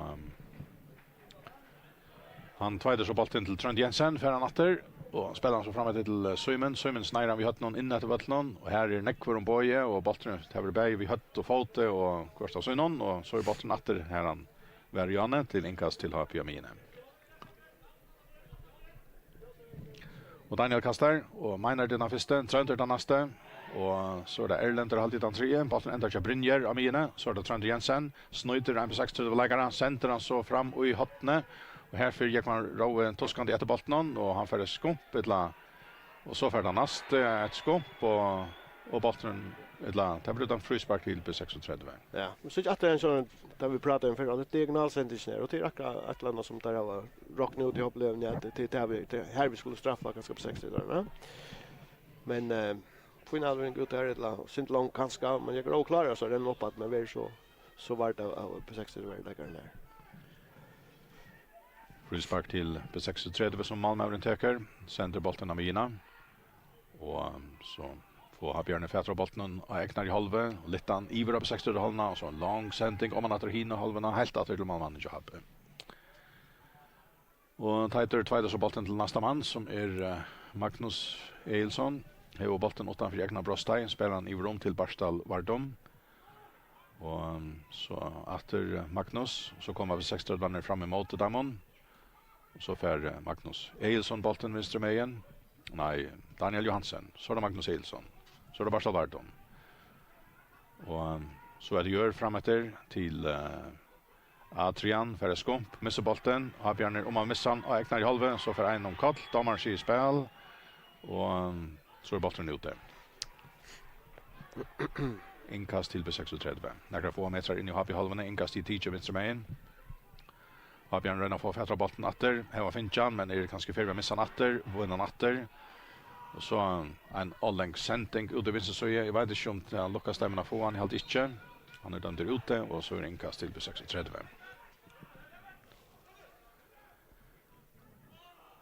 Jonas kommer fram att ta inkast. Stått till Lukas efter Jonas. Och Magnus Eilsson färfätra bollen utanför egna Brostei. Sänder han Ivra Mina, eller om han Mina. Och Ivra på 6-30 vid halvorna. Så är det där jag har tagit om bollen här. En skjuter och en rejer. Bollen är på 6-30 vid halvorna. Och Alex Mellengard, en lång sändning framåt till Kaimar Saik. Men har Björn lägger bollen åter till Malmannen. Och han sänder så bollen upp i loft. Och om han mot Mina. Och här får han Björn Fetra honom. Och det är Dan och Söyle. Sänder han så till Tide Jakobsen alltid som är fotlar för högst med centra väl in för det och Simon Samuelsen och bollen får i nätet. Bollen får i nätet. HP hever Jauna. Simon Samuelsen sätter bollen i nätet in i IP36 Brosteinon. Men att det var en sera gå Jöknon Brostrein högst med helt av Tide vinner kvar för som bredde Jöknon och lejan väl in för det. Ja, fint mål jag som men det som händer nu så jag därför Jöknon är tight och han är färna släpper inom sådär så vinklar för att passa Simon sätter smart han stäcker här. Och så innar sig och färran inom. Så att öle väl alltså men och i pint är vi söker att det här Jöknon brother här tar en boll så för pint upp i luften och M6 heter bollen åter i banan och Jever Habjörn tar möjlighet så för bara lägga bollen lyckas hoppa ett la kort och inkast då. Så att man spelar sig inte blint.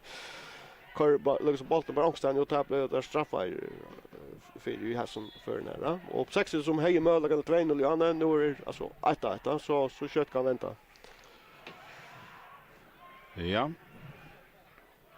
Och så är spelet upp att det på 6-3 var det få han. Och så halta där kvar i annan. Kaimar Scheik jobbar 6-3 och Einar Happy Arnon. Frispark till på 6-3 när kan mästra in i och Happy halvan. Men Arne gjorde ju en mål som så var lunch och Bendy hade har kommit tror jag till. Det 6 var det liksom som alltså jag till att det var kontrollat som fyrfors men så vi kanske skriva out här och ju höger så här Jever har på möjligheten. Och så på 16 att det får bollen väl i fyra och helt i normaltagen och kvar ända där vi. Domaren säger frispark till Happy och är lyckas så en Happy spelare ju vet som till närkamp i Ottmar här så han ska helst inte ränna sig så. Ottmar och Brynjer är på fan rätt bollen och domaren helt att Ottmar och George frispark. Ja, så han kommer in där för Roald här att det så får där upp här fotlar för där. Ja, det är kanske en armer. Ja. Han finns ju två alboar eller men kanske inte vi vilja men och i kampen så heter ja, här så kan man säga så måste man säga Arman må vara ångstan. Jag är inte upp på man ger sig ett richer om man klaskar till en men Arman må så vara ångstan jo. Man kan väl för det är så där. Ja. Och Brynjer till tight i Malnon. Lite grann upp i loft. Fram mot mig in i högst med igen. Är det Benjamin som tar han ner. Hever han ute så inne. Priggar han väl för oss här till Lukas. Lukas till Roald. Roald atträtter till Andreas Eriksen. Och Andreas Eriksen vågade till Ottmar Fjärde. Staden kan miskas av på 6-3 halvan. Räcker det Sinter. Stäcka så av. Att till Andreas. Andreas över Alex Mellengård vänster med in, letar under bollen. Han har lagt runt ett trusch då. Missar bollen har bjärna för att stäva in Adrian Justinsen till tight är den tight alltid. Över om till Simon Samuelsen. Han är nästan lika läser med Janne. Han Ivast så snär han så då. Så skjuter han upp på Malmar Bjärkar och så nästa bäver så skjuter där helt in i mitten. Oj lite drama här på 6-3 var överlevt i hette här. Hesa här Happy öppnarna. Men här var när vi och spel hade fram och så var det Bruksland frispark på 6-3. Ja men här ska Happy skora och att han har misstag och på 6 regulärt missar bollen här för prövar att spela och smash här och så vill bollen priga från och så står han kommer ju här är helt fablagt att gå tror mot var nästan 4 för 8 så vi men akkurat här så är det rättliga läser här. Ja. Han färdig kört till. Man ska plocka till upp och här att det här man men här blir vinkeln och så trycker vi så en superbjärsk här och färdig att han bjärsk här. Så här helt tryck med dem Lucas som Agan Lights där. Ja men här ska Happy skora och skiva så att när misstag vi helt äst det målet som Habjanar på att det var ett lägrat på 6 att det sätter Habjanar så gav stöv som tillfälle var. Vi såg det gott nog om att men det viskar jag inte fjärde att komma stövna vi ser vi på 6 bild. Nej, det är så först för det snart Habjanar blev helt vant med klar och det gör så att han ska distan blue mera öppen och Jauner åter. Ja, och kanske uppåt mer intense nu alltså mot till frispark och här närdister och allt det forskjellige där. Ja, 12 minuter farner här i 17,5 och här är alltså 1 nu.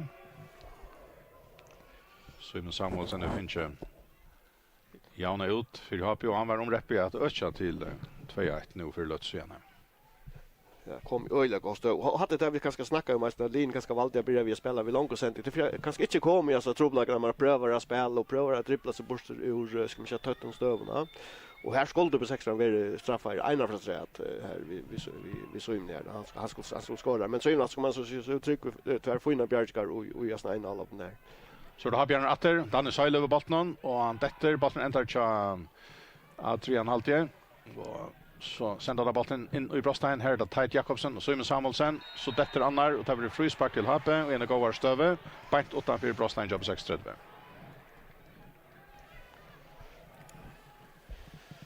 Och så där han för ja här är flyger Adrian Daniel alltså inte runt män där som det och träna skotvändning att han här.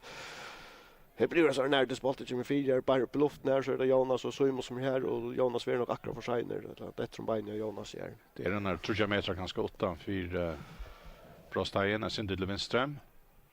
Adrian och Daniel stannar på här. Annar tar skjuter.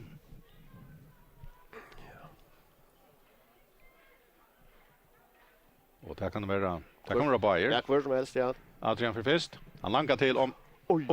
Han fär bollen kava isne så Ja. han var stått om man för tvärstangerna. Ja, men tycker jag nog akkurat för sig för har Ja. så vi kommer här. Ja. Ja.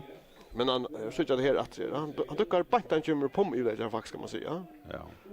Ja, vi Ja, men det var ska man bär vi en men till någon ja, förstörst. kunde vara men jag också här med sikta i som vi attar stöd. Ja. Stöd på så är bollen efter Luitsentre långa färrast och Ja, så det har är han kunnat dyka som säger på det rätta touchen för att så vi kommer här.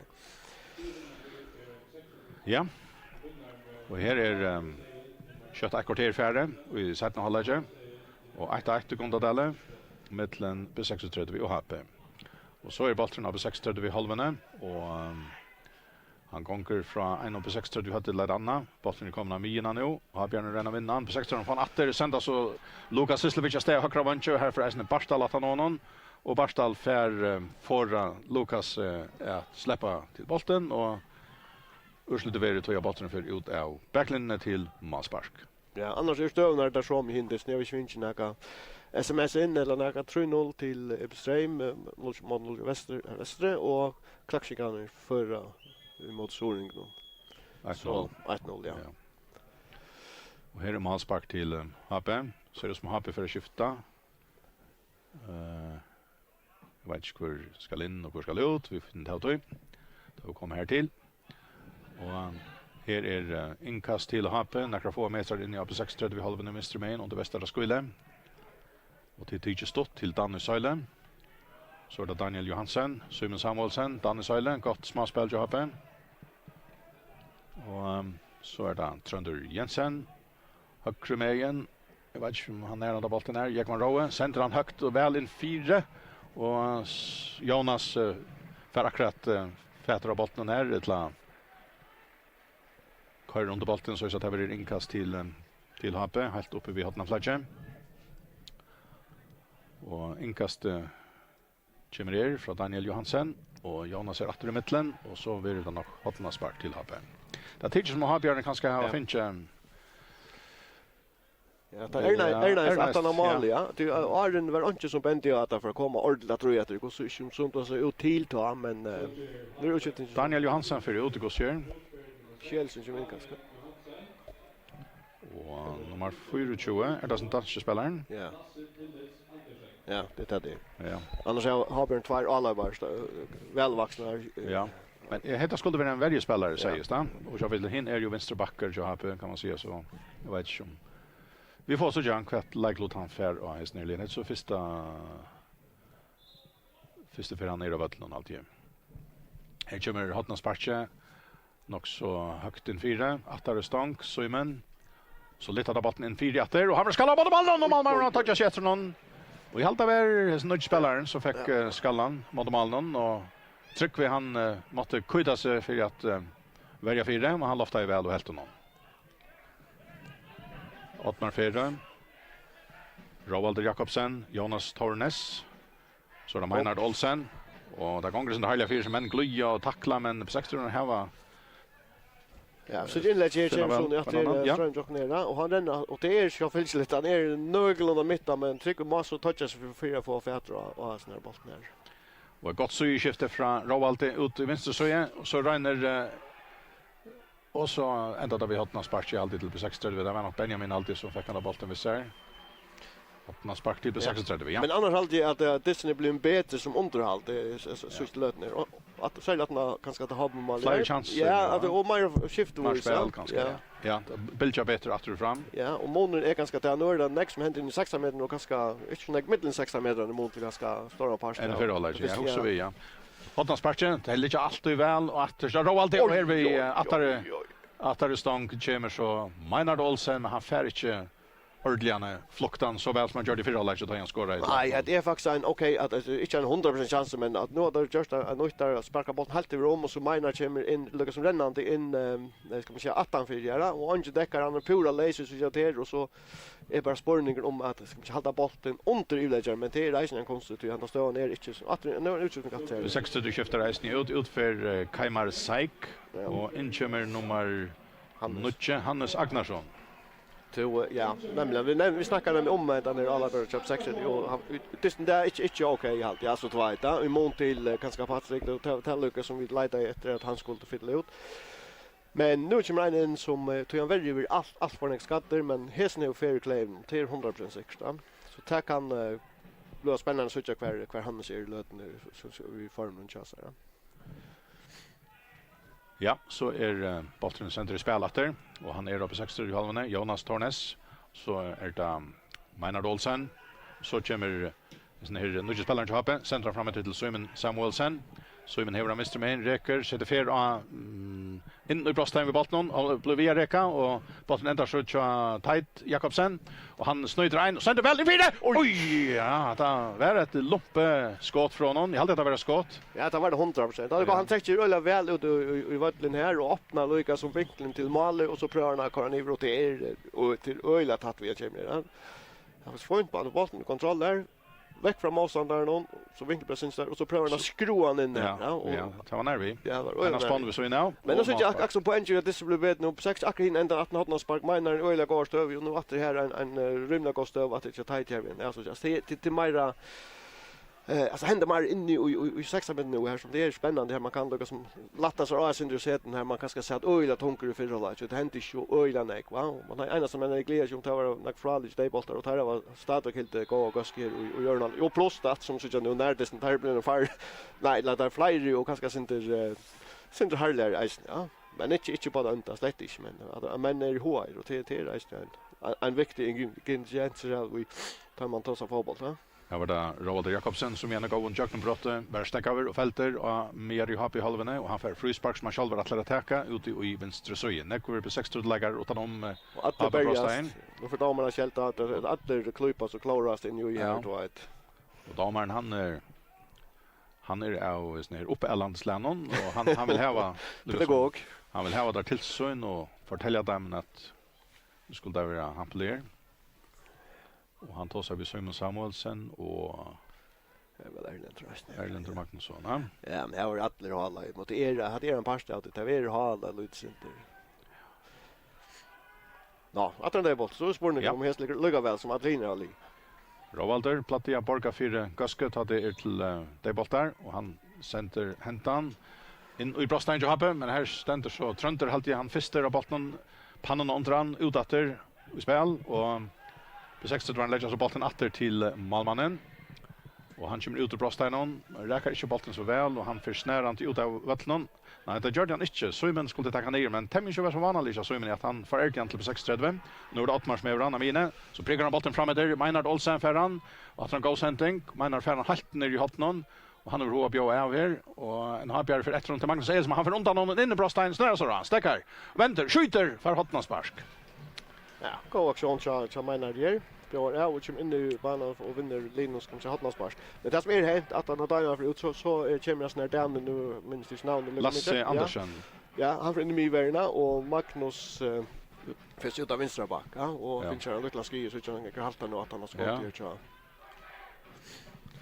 Hattnarspark och det är Alex Mellengård som ska täcka hattnarspark vid sina vänstra benen.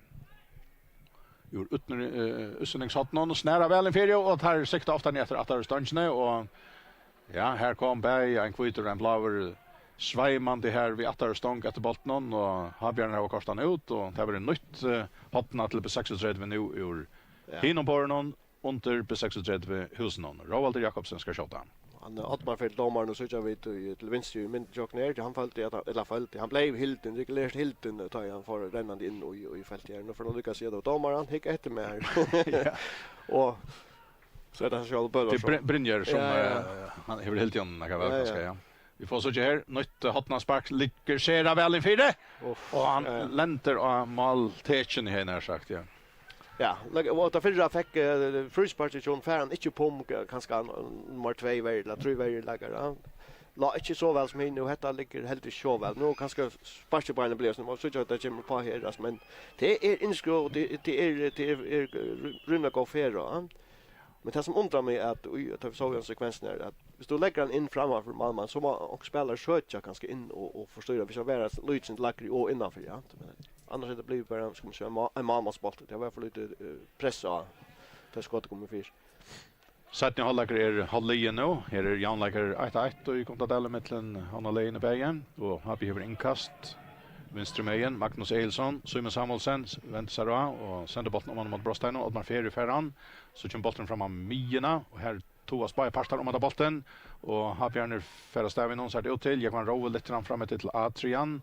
Renner snajan ut efter tiden att det var Adrian det var. Lukar mycket bollen för nu så är det hin en andra gång för sig. Lasse Andersen han inte har spelaren för vart fyra här och Simon Samuelsen jag vet han lankar bara bollen upp i loft här och i västra skulle och onkur missnögt om ett kvart och så för han kall och så för nästa mer stäva bollen och domaren säger hej Bruksland nu kommer det över 4 månader men här 4 månader har flöjten i handen inte månderna. Det här kommer ha nej det går tant söjle kommer oj det går stöv här. Vi stod ju där var på plats på 6 men att det var en 4 månader som blev tidigt. Men det är nog så omlöpande spel nu och så är det andra parten så är det inpastren och till ilta sucha akkurat att andra parten är vi evolutan till så läs nu. Det är mera skiftande men det kanske för alla inte la mera till att det var på 6-3 som Rajai där ganska starkt någon. Ja, och det som är det som också i mån här jag nu där så jag nu det är mer liksom mer avgångande ja så det sköter mer ett mål när det kanske var rätt så nökte vi att stanna rätt. Så då hoppar och det är Adrian som är på bollen lite väl in 4 och så där Danny Söyle men han är akkurat största mannen till att vinna en luftduell in i på 60 Brosteinon. Och på 60 han har så bollen här Oddmar Ferry och så är det Roald Jakobsen lång sending från honom fram över vattnet och här kommer så är över Toskante och har Björn lägger bollen att till målmannen. Och så för en 60 där en kall in i Brostein har på med spel helt fram. Bollen var inte akkurat här men för tog dattan fick ganska skomp och så kommer nästa mål och så för bollen visar till nettbusiness shot i Hannes Agnarsson och han får reisen lugga som en alpidla han har så i här men det kan ska man reglementera om Malmö kvickar ut och fär bollen. Ja, det är mycket mer spännande nu och det är stått i mitten där spännande stövnar vattnen och till Bavon Anton att ting hända. Och så då har Björner lång sending fram till Tait Jakobsen alltid där och högra vänche och han fer lukar som fra hästner mannen om han är på sänder han väl in 4 och kvar kommer här Danny Söyle och bollen bort utan 4 renner snöjt in och så kör de mot målen och bollen kavar men han är om 4 och tar en målspark till på 36. Ja men får inte tänka att han väl spalt av att en ultra här nu går plats för lagt han högra ben och provar att köra nu ska man säga och gör ni här men nästa point så jag spelar shot ut för det kanske vara manglar så jag det att han har fär bollen in här för det och utlyckas med att öka som engineer och här kommer så att han ränner här för Färlukas som har skottfint här och så ligger han så okej ja och så prövar han att skjuta på mål. Och det är ganska vara manglar hela tiden för småboll det är man skjuter sin ut från tar upp av i skott runt näst. Och så är det Björn som har finnit frispark och tar tagit det kött om man och i högra bord jag kan roa väl in 4 och kvar kommer så här kanske tight skulle bara lätta Simon som kanske står upp att det bättre för i 18-4 men det är inte gott att säga man har varit en legend av Allops Rancho haben. Ja, får inte innan varje rå här. Här färgerna och sparkar den in först för och så jag så kommer i mynten. Jag kanske skulle röpt mån ett landa. Två där det tighter är under botten färg sätta ner. Andra chanser så in här var en bättre stöv men han är kunna ja. Han är kunna men där i stövna jag lägger upp på hetta att man fär och söker bollen och allt det här och man har färg att koncentrera sig kvar är ganska hinner med kurs in och så är det spår om man kan ta sån från att lägga upp bättre bollen men det är ganska väl riktigt att se. Men så man har helst vara en bättre stöv i akkurat här. Ja, 2,5 minuter farner här och i distanon. Det var ett stort kvarter efter att spela. Här är 1-1 Gondadelle. Och det är tidigt som bara pastar röjna att färre ett syrsmål någon. Så läs alltid vi tolka gångterna som är över nu han har löte. Och så är det på 6-3 som är i törn och tar få så ett inkast högre med igen. Benjamin är starter här högre med in vid Boltnon och ska kasta in. Här är det här länka inkastet.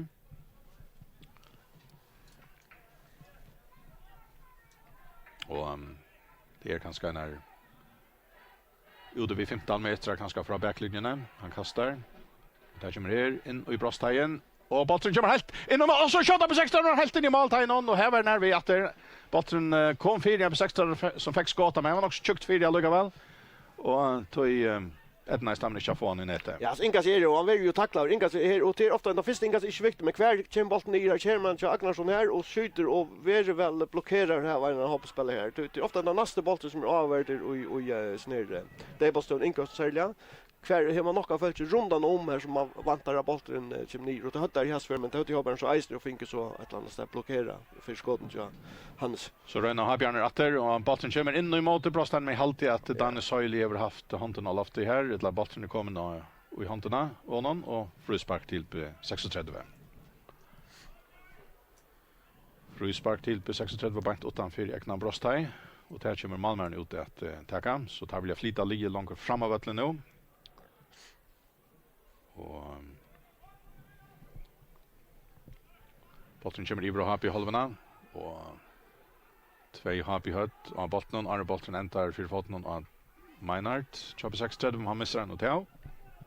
Så där blir inkast löpe. Jag kan mitt då happy i halvorna i höger med. Jagman Rowe, han ska så kasta han till en happy-spelare men så kommer på 60 då i mitten och vinner bollen och Hannes släpper helt in i Habbe Brostan med bollen men så kröchar Habbe bollen från honom. Här var nere i hotten, Jagman Rowe. Snärar hämtar vi handa med färg rent skåta bollen och missar han ut så tar ju på 60 som varvade tröste vi genom inkast också fram alla.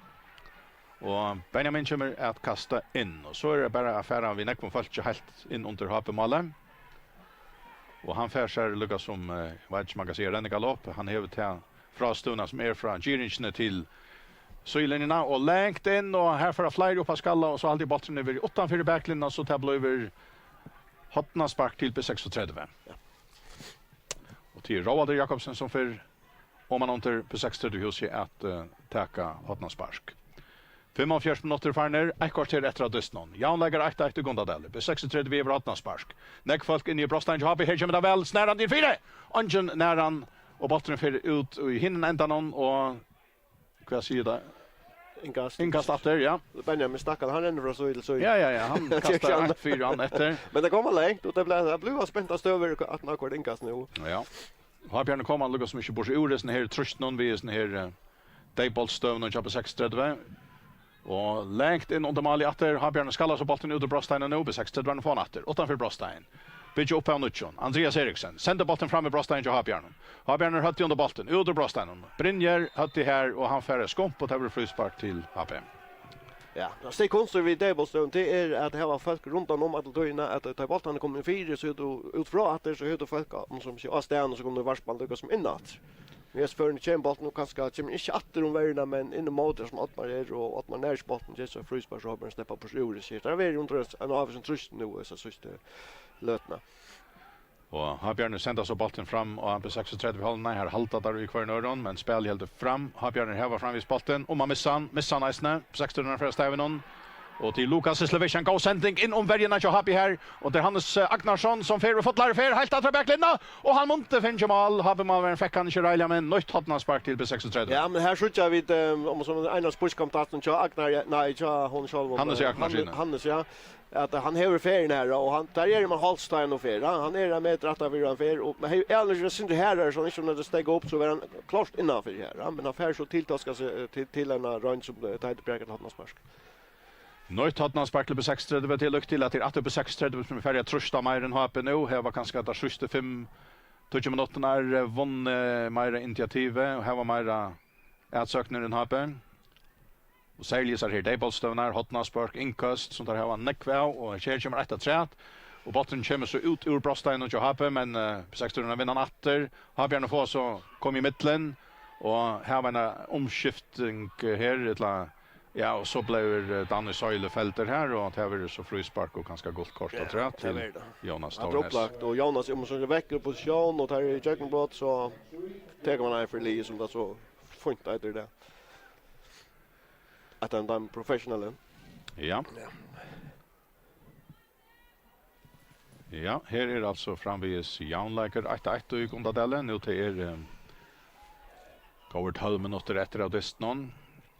Och nu klockan 5 färdas så för så en dyster igång i Göte mellan Viking och NSOI och sen där sättne ett kvarter sättne börjar så dysterna Archon här Apio skala för att spela och Sonderlagsmän har haft en trygga lagslen Ja, jag hade jag frams inte blink vid en av telefonen så det är stövna väl där som. Så då har vi Atter Tait Jakobsen höger med in 4 och så Reiner Simon vi häll den här och har Björn in i Brostein på 60 men på 1604 vi har kommit tur att tröst någon men så där Tait Jakobsen Atter höger med in Hillbolten Björn in 4 men här ständer det på 60 det var i mitten och bollen för ut och tar det inkast till HP. Ja, så var det lätt att vi och det är tajt och ganska sälj ju höger så här som man räddar och nu så vi bara känner alla massen det är inte vi diskuterar han kommer projekt Ja, så vi Reiner Gerard så fixed vi häll den där. Alla mass är ju över så då men då det där vi bara minnas. Ja. Jamie Ward gör det så flott att mot Tyskland i januari sen helt igen landsliste.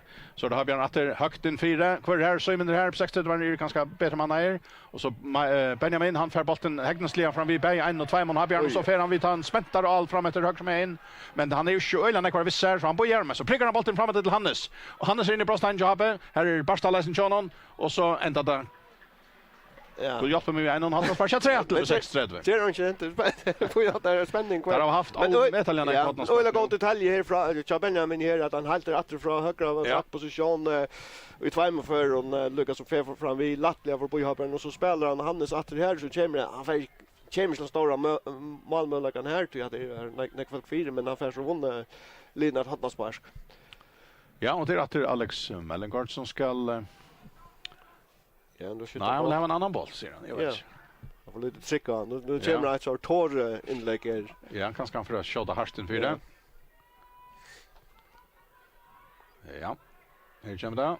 Ja, så har gått ut och Tait till Laguarder skallar han ut ur Brosteinen. Roald på 60 i första bollen. Häver han här, reker och han vill fälter också, frispark. Skiljer sig Björn blev vi Jerry bort frisparken till Lus hatteslige så här ätsöknar champs ett land. Ja, vi kan kalla det ätsöknar det ser här. Det är bollstövnar. Ja, men jag hade så tror det var så fyra kanske har på en outgrat rymliga väl men det är en avvis spänning att det sälja Nekvar att han har äggvilja vandamiklar. Men det är spela Luisen vi är ganska att få så här bollarna för det. Men jag hade hoppas han var stage rymliga väl nu här alltså att få bollarna veckat. Roald Jakobsen är klar vid en frispark åter. Väl in 4 helt in i jack. No, tighter för inte. Ja, så ligger åter en spelare in är det åter Islandegren som spelar inte fram, damer lite inte visste komma. Så ligger han på 6:30 var isne och så ligger han har bjärja 3. Nu gånger det inte. Myra, nu må få grejer och kvaberger här. Ja. Ja, det första händer i nyfält när det är Arne Hatnas spark faktiskt för. Jag väntar alla för att plats det att det händer i Arne att det är så när det som är i Arne spark kommer man rönnar vinna så den goda stövet att Arne spark kommer in. Adrian jobb, ja. Så vill det toa och inte sli men det var toa och Hilti och allt det där forskjelligt. Ja. Adrian var en. Nu har alltid alla fått natter. Ja. 20 minuter eller 90 minuter efter av vanliga läget i här i Gondadalen och här är framvis 1-1. Och vad är det här framvis och syns så så det. Inte plinkar här. Nej. Här var 1-0 till KUI. Ja, det är där framvis så Kajen har inte lärt några mål in i landskapet. Ja, till flott, ja. Tror ut det och halda noll. Det har bort för gång sådan. Tror ut det. Ja.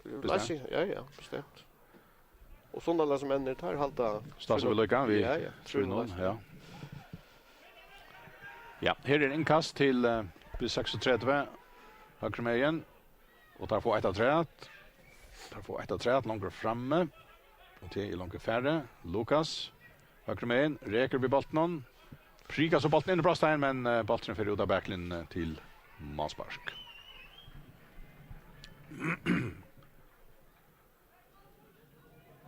Åtta minuter efter av hästen det snön går köra vanliga lägtoy. Jan lägger 1-1 kontra Dalle med på 6:30 vi har.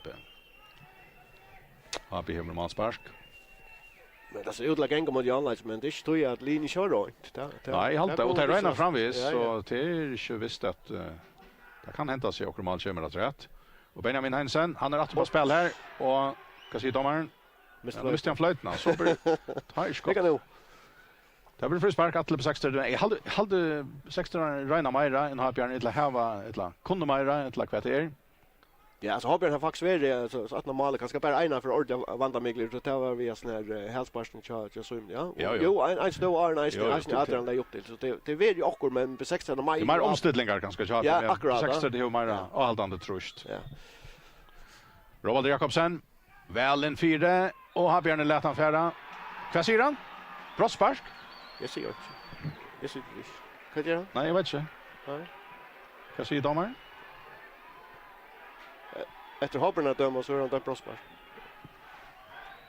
Hade få domar så att de så kär och till alla så ankor helt och jag vet inte om det Ottmar att det har varit lika som Så Anna Brosbar sitter på 6:30. ja, det är utständare som helt Ottmar och domar skärta och helt och att det gör ju isen. Ja, och han säger ju Jan eller Ottmar nämnde ju Jan alltså. Ja. Att han över tvåa mer än gott där. Ja, men han helt ner och till han just eller han så är han men alltså är alltid att till väl just också några va. Ja. Men han helt nog jag alltid ända att han ligger nere färran till ju beinen och sånt där så att så här om att resa att det skulle vara. Ja, brottspark nummer 2 till 36. Tar brände där förra. Tar var det Rovalder skulle skjuta nu är det Meinert Olsen som ska ränna sig. Fighter han har fått lite chans lite. Han är det som ja. Så Sportinger var väl så illa bara plocka mitt i mål. Ja. Så kommer det. Åh, Björkar åter! Ja. Ja, man tar en gå Björking. Helt stod vi stanna. Jo, men i hästvärn är lite bollen löser för högt då. Men alltså ja, Tighter han är väl för jobb men att de är. Man börjar nog ta få ett hotna nu att rätt. Ja, okej. Vi hässelär så får där ett mål att rätt och tar här var ett stövotrus på 6:30. Det måste säga. Ett hotna avlöser ett inkast uppe vid hotna flatche av. Det har där haft jag vet inte hur snack nu. Ett och tre heter kommer också lagt men han måste göra självmål.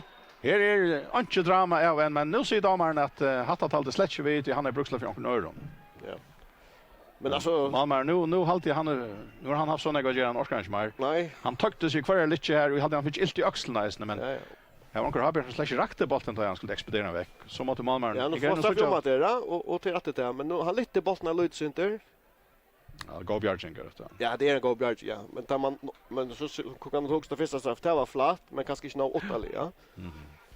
Men så var Björk alltså det är inte kvar det du Björk 2 brott. Nej, det är pura säkert. Det är ju alltså. Ja, och jag vet också om 6 där alltså ända där som det ser ut att kunna ända att nu va. Så är det väl på 6 som iras mest. Ja. Att det här att det har kanske varit till agrutnar och vi kanske tattar vi men där har bränt 2 brottspark. Ja. Eller Tighter Björka 2 brottspark, för att det är mynten här. Ja. Det är men jag hade varit så mycket lovligare dester här i sätt någon läge att det är ingen som säger att outgören är fallen här. Så här är det 4 minuter efter av vanliga läget och plus att läsa. Ja. Och det är absolut på 60 som är det vanta mer av Linon i lötna. Hur värda nu en gåva lötte. Så gärna har Björn i Janavo. Men har Björn har haft näkrar vandast över isen. Nu gör har Björn en skiftning av trätt och utför han heter Dan och Seile. Och en stor med över kommer in och lösa en minnesstoran och till Jan Fredriksen alltid nej. Ja. Så han kommer. Han ska det sigersmål mot Wichens. Akkurat. Och är det alla bara. Nu har vi alternativ att säga att nu kan de spela vi ska man säga hörnbolten in i fältet. Det är som är röker väl upp i det. Ice mot där stora. Helt upp i skutchen ja. Har vi huvud frispark. Barstal sänder bollen fram efter Bantlen på 6:30 varann. Och så för att här i alla batter och där går vi fotlare för med Barstal kommer i mitten åter men sänder åter bollen till på 6:30 varann. Och Rovalder han vill tackla över och har Björner får fötter bollen på 6:30 varann här var Eknar i halvan. Och då vi finna väl kvar annan och få inkast. Och Rovalder lägger inkastet, tvåa bollen fram till Hannes Agnarsson och så detta spelar fram bollen upp i luften, slider renna får han neråt. Och på 6:30 var här vann Missan så detta spelare och domaren ser frispark labbe. Okej. 2,5 minuter efter av vanliga lagtøy. 1-1 her i Gondadelle. Mittlen på 36 vi har.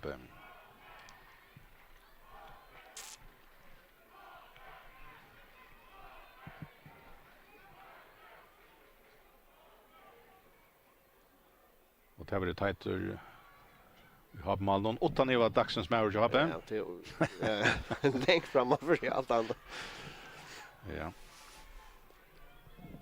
Centerbolten högt fram i Brostein på 6:30. Och här har onkel Hilton naka sidan. Ja, han helt jag tar för upp i närmast nära. Han inte tröttar upp 6 där. Frispark till B36 som Alex Mellengård för att täcka. Venstre med in också Atali och Eknar i halva. Knappt 2 minuter efter. Och frispark kommer långt fram och har i halvorna och så renna Atler efter bollen. 16 var ner om att få han. Jakvan Rowe lägger i mitten här färran men spelar bollen till motläggare. Och Roald Jakobsen hör han. Vi är så alloppen. Har Björn om att få fätra bollen. Och så får Roald han Atter. Atter lagt runt och trust. Här är närdaste 16 var vet han. Och till Benjamin alltid. Så över bollen spelar fram efter höger med in. Och Jonas lite så bollen in mot Brostein Johape. Första för och är för. Och så kommer Lasse Andersen alltid nätter. Han hade under bollen av förut. Det blir inkast Atter till B36. Och Benjamin är klar vid en nutjon långkon inkastet. Han är 5 meter från hotna flaggen. Vi har sett då senaste minuterna av vanliga läget och här i Gondadelle. Jan lägger 1-1. B36 truster till det sista. Och teker neckfack fram vi nu. Och här kommer inkastet helt in under målet. Och bollen stackar ner här inne i Habebrosteinen. Och Björn får sent han om han mina. Andreas Eriksson på 36 lite han fram efter vänster med igen. Och här för Meinard efter bollen men han när han inte och han får ut här och har behöver manspark. Halver minuter efter av vanliga lägtojen så får då så checka Peter Reinerst för att visa skällte. Han började som domare men han fick en skia alltid så nu är han skältes med Fjärde domare helt. Fjärde domare ja. Men hindet som dessa utlag kommer normalt vi trim styr tar för framvisa 1-0 och det sen ja. 30 minuter lagt och 30. Nu vanliga lagt in är färden. Och på 6-3 var ni Renater, Benjamin och så är Atter inkast på 6-3 han tänker det själv, han tänker det stått till Lukas Sislevic. Och han har så Jonas att han för sig. Jonas sänder bollen framåt till Brostein Chaben, Brynjer Chaben. Och så är det Jan Fredriksen, men till B16 då med grammaren tar här bollen för det mesta. Så renner det vänster med in och sända så bollen in till Brostein Chaben. Har Björn skalla bollen tur till Brostein. Och så Atter skott tror jag. Och bollen stackar framåt till Brostein. Och hur färran så? Har Björn få sentan ur Brostein. B16 var langan framåt och emot Brostein. Och man nu av vänstra bank. Och här för Talvaren Jan på 6-3 efter bollen och till Alex Mellengård som kommer här ut i söjna. Och här är öjla näckvar som tovast suttje skvad händer och så ända det vi att Alex ganska miste bollen själver ut av vattnen och så är målspark till HP. Ja, men jag tar vi där sätta första kvart. 20 minuter det är ganska hållbart. Inte vill så allt tror jag att komma ska man se fram av vattnet. Det var ju så tog vi att låta följa väl att det var runt den av som trust och Jan lägger ner okej för det vi kommer att är 16 större mot kanske Röjna Mairi och vill gärna ha vi ser två Eikasteiner som ligger i luften i löt. Ja. Och här är inkast till B36. Venstre med igen, 30 meter jag har på halvorna. Jag kan roa här och så är det Lukas Sislevic och han släpper fram vi någon. Här bollen blir ute. Ja, nu är det Happe som ska kasta in sidan. Så är det en gång minuter efter det och långt och lägtöjene. Happe hever inkast. Och Eknar i halve. Högre med igen. Jekvan Rowe Davidsen, det är inte bara en takedown. Så är det Trønder Jensen. Bollen kommer fram av Wiener. Och så ditt och har Bjørn bollen upp i loft. Och Jan Fredriksen tar han ner här. Teit Jakobsen fer han högre med igen. Center han så fram etter til Kvann. Bollen fer ut. Han fer ganske ikke ut korsene. Han fer av Mina. Og så halvtid på 60 var han få fætra bollen.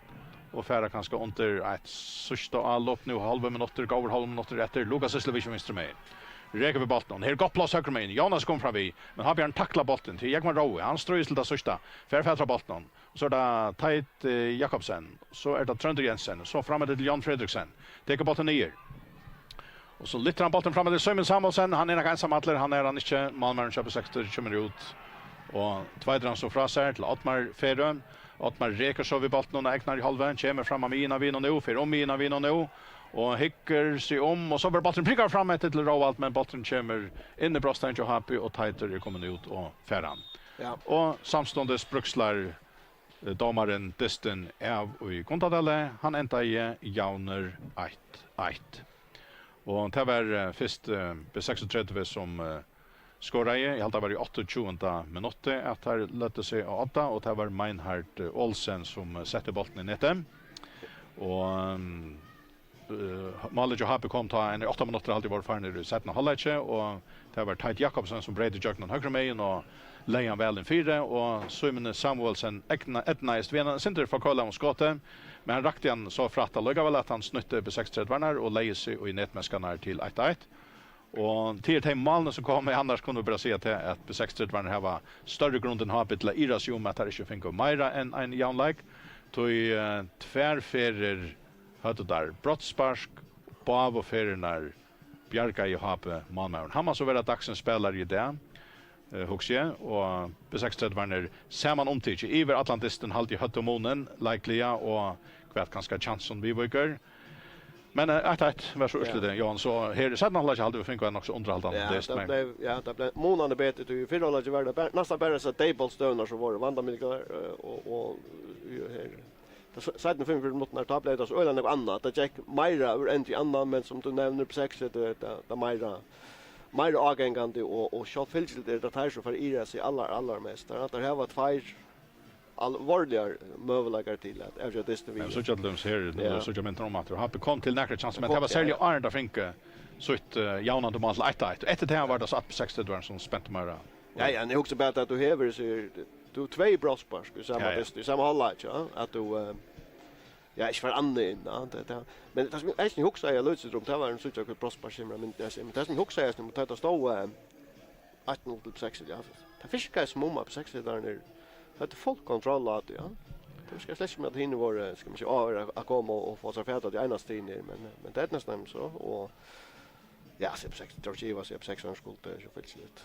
Färst där vi öllund där nu kommer ju så goda stöver som mittlanda vi två brosspars. Det tror jag vi som Malet och Hape.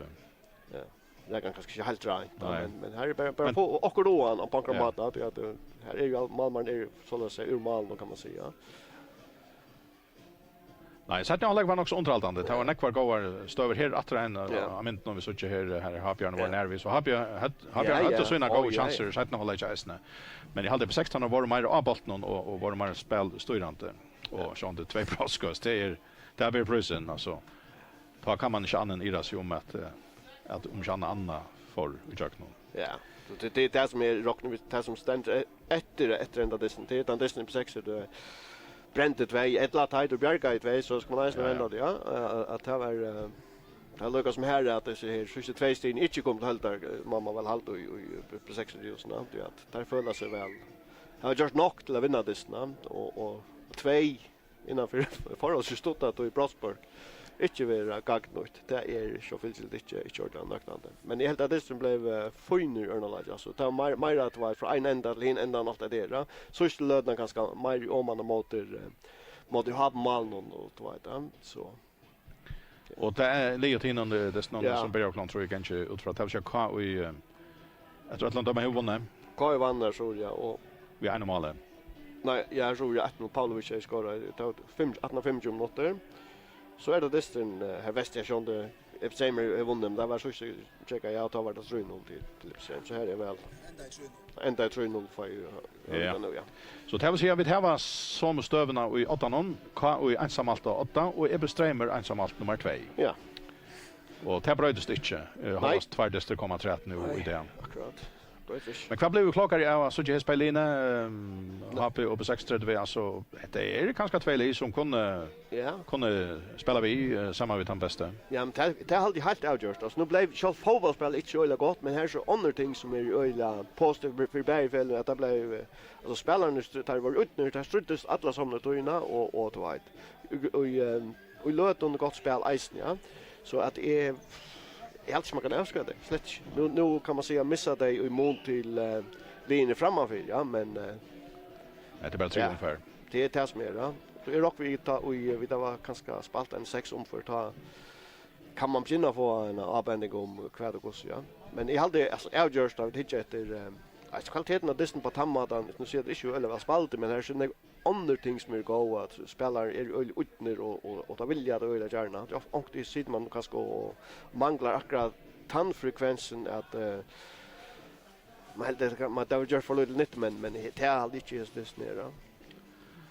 Nej. Och så annars som sagt vid det är en omfär som alltså skulle gjort bli för Jövas nu kvar löt men bara se till att ju finns en flickvande början här var fullt sted till efter tror jag det står och alla utsikrar här till och ända två går utsikrar eller trutcher går utsikrar så tar finns en helt en standard gå början och Epstein resten finns en orda början och vi må så säga rockna tar på i alltså att det för som är att här kan skaisten kunna spela vi ju över helt men en dyster början nu klockan 5 som är rättliga avvärda till färjemästaren Wishinger och mot en now stora favoriten NSOI. Det här är spännande att veta hur läger för här. Ja, men det har varit oj ödlesner. Det är ganska femlig alltså att han fem som vi fick snacka om och så har vi inte tid extrem till lookningsna och I hopp och van att det är som snacka fram någon att ankarsen Lino som Anke nämner tänker på tankarna att vara framan undan att tegen komma och göra ska man säga a ludi hålla check vid isen här så att det är mer lite så inte vet det som the usual suspect för det är fantastiskt system Edla och skala ice och vi och att play kanske inte mera bra kan man säga så det är helt fantastiskt för kappingen men Epstein är här så nu I lötne och så får det så att ta vi står ju upp 60 vunnit 60 till väl att de lin så folk snacka näck om Ja. För det så som säger att 6 omför då så kan få gå på. Ja, det där. Nej, det är några stort för alla igen och kappins ner och onken men jag alltid att det här är positiviteten att vi så tulja och Arvid akra kommer in I april och det är kallt som om och ha bättre så Karsten är och spelaren som inte väl fyra att här få struss så väl och brukt såna kvarske och såna kom med och Eisne spelar gå fotboll upp I mitten. Finns oss lä Jan lägger 1-1 mitten Hanna Line Berge och så är det som då player över här kontra delta I Hesberg Line mötas till spela nästan kvar för Jan lägger. Så jag några hacktöl alltså nu har det spelat 2 äldre dyster. Vi ska ta 2 äldre där sista dyster så 20 time ända Jan alltid så 16 säger och har pimpt eller här alla. Ja, vi hade 2 äldre tillsammans så är det rätt. Ja. Ja men att jag gör alltid alla ändå ja nämligen ja. Men så också jag line thing ja okej så tappar där alltså han har för så mån till hin Åtalin så tappar det 60 Berlin ja alltså först ena står ja det är mån till Åtalin ja så till man helt sämja som har vinna en par och det var ett ja det är löst ja akkurat ja vi för att Javast här Baby Strömme och vi utvarsbänk men som sagt fotbollen sträckter ut I flera timmar idag så att det är inte förna ena för att man åter I kväll att vi får just upp hur ser allt spel det och är här 3 like-omfärden. Nu klockan 5 spelar färjemästaren Wishinger gått mot NSOI och jag kör 5 ut I Arjon AP på skala. Här I Gondadalle ända I det åter jämnt mellan Havnafjällöarna och I det var 1-1 mellan P36 och AB. Sonmerstein och Jans Jakobsen tackar för det och annars var det Hans Erik och Jasper som certifierar myndarna kommer ut. Tack för att ni här I Gondadalle och ni är åter I Göteborgsberg.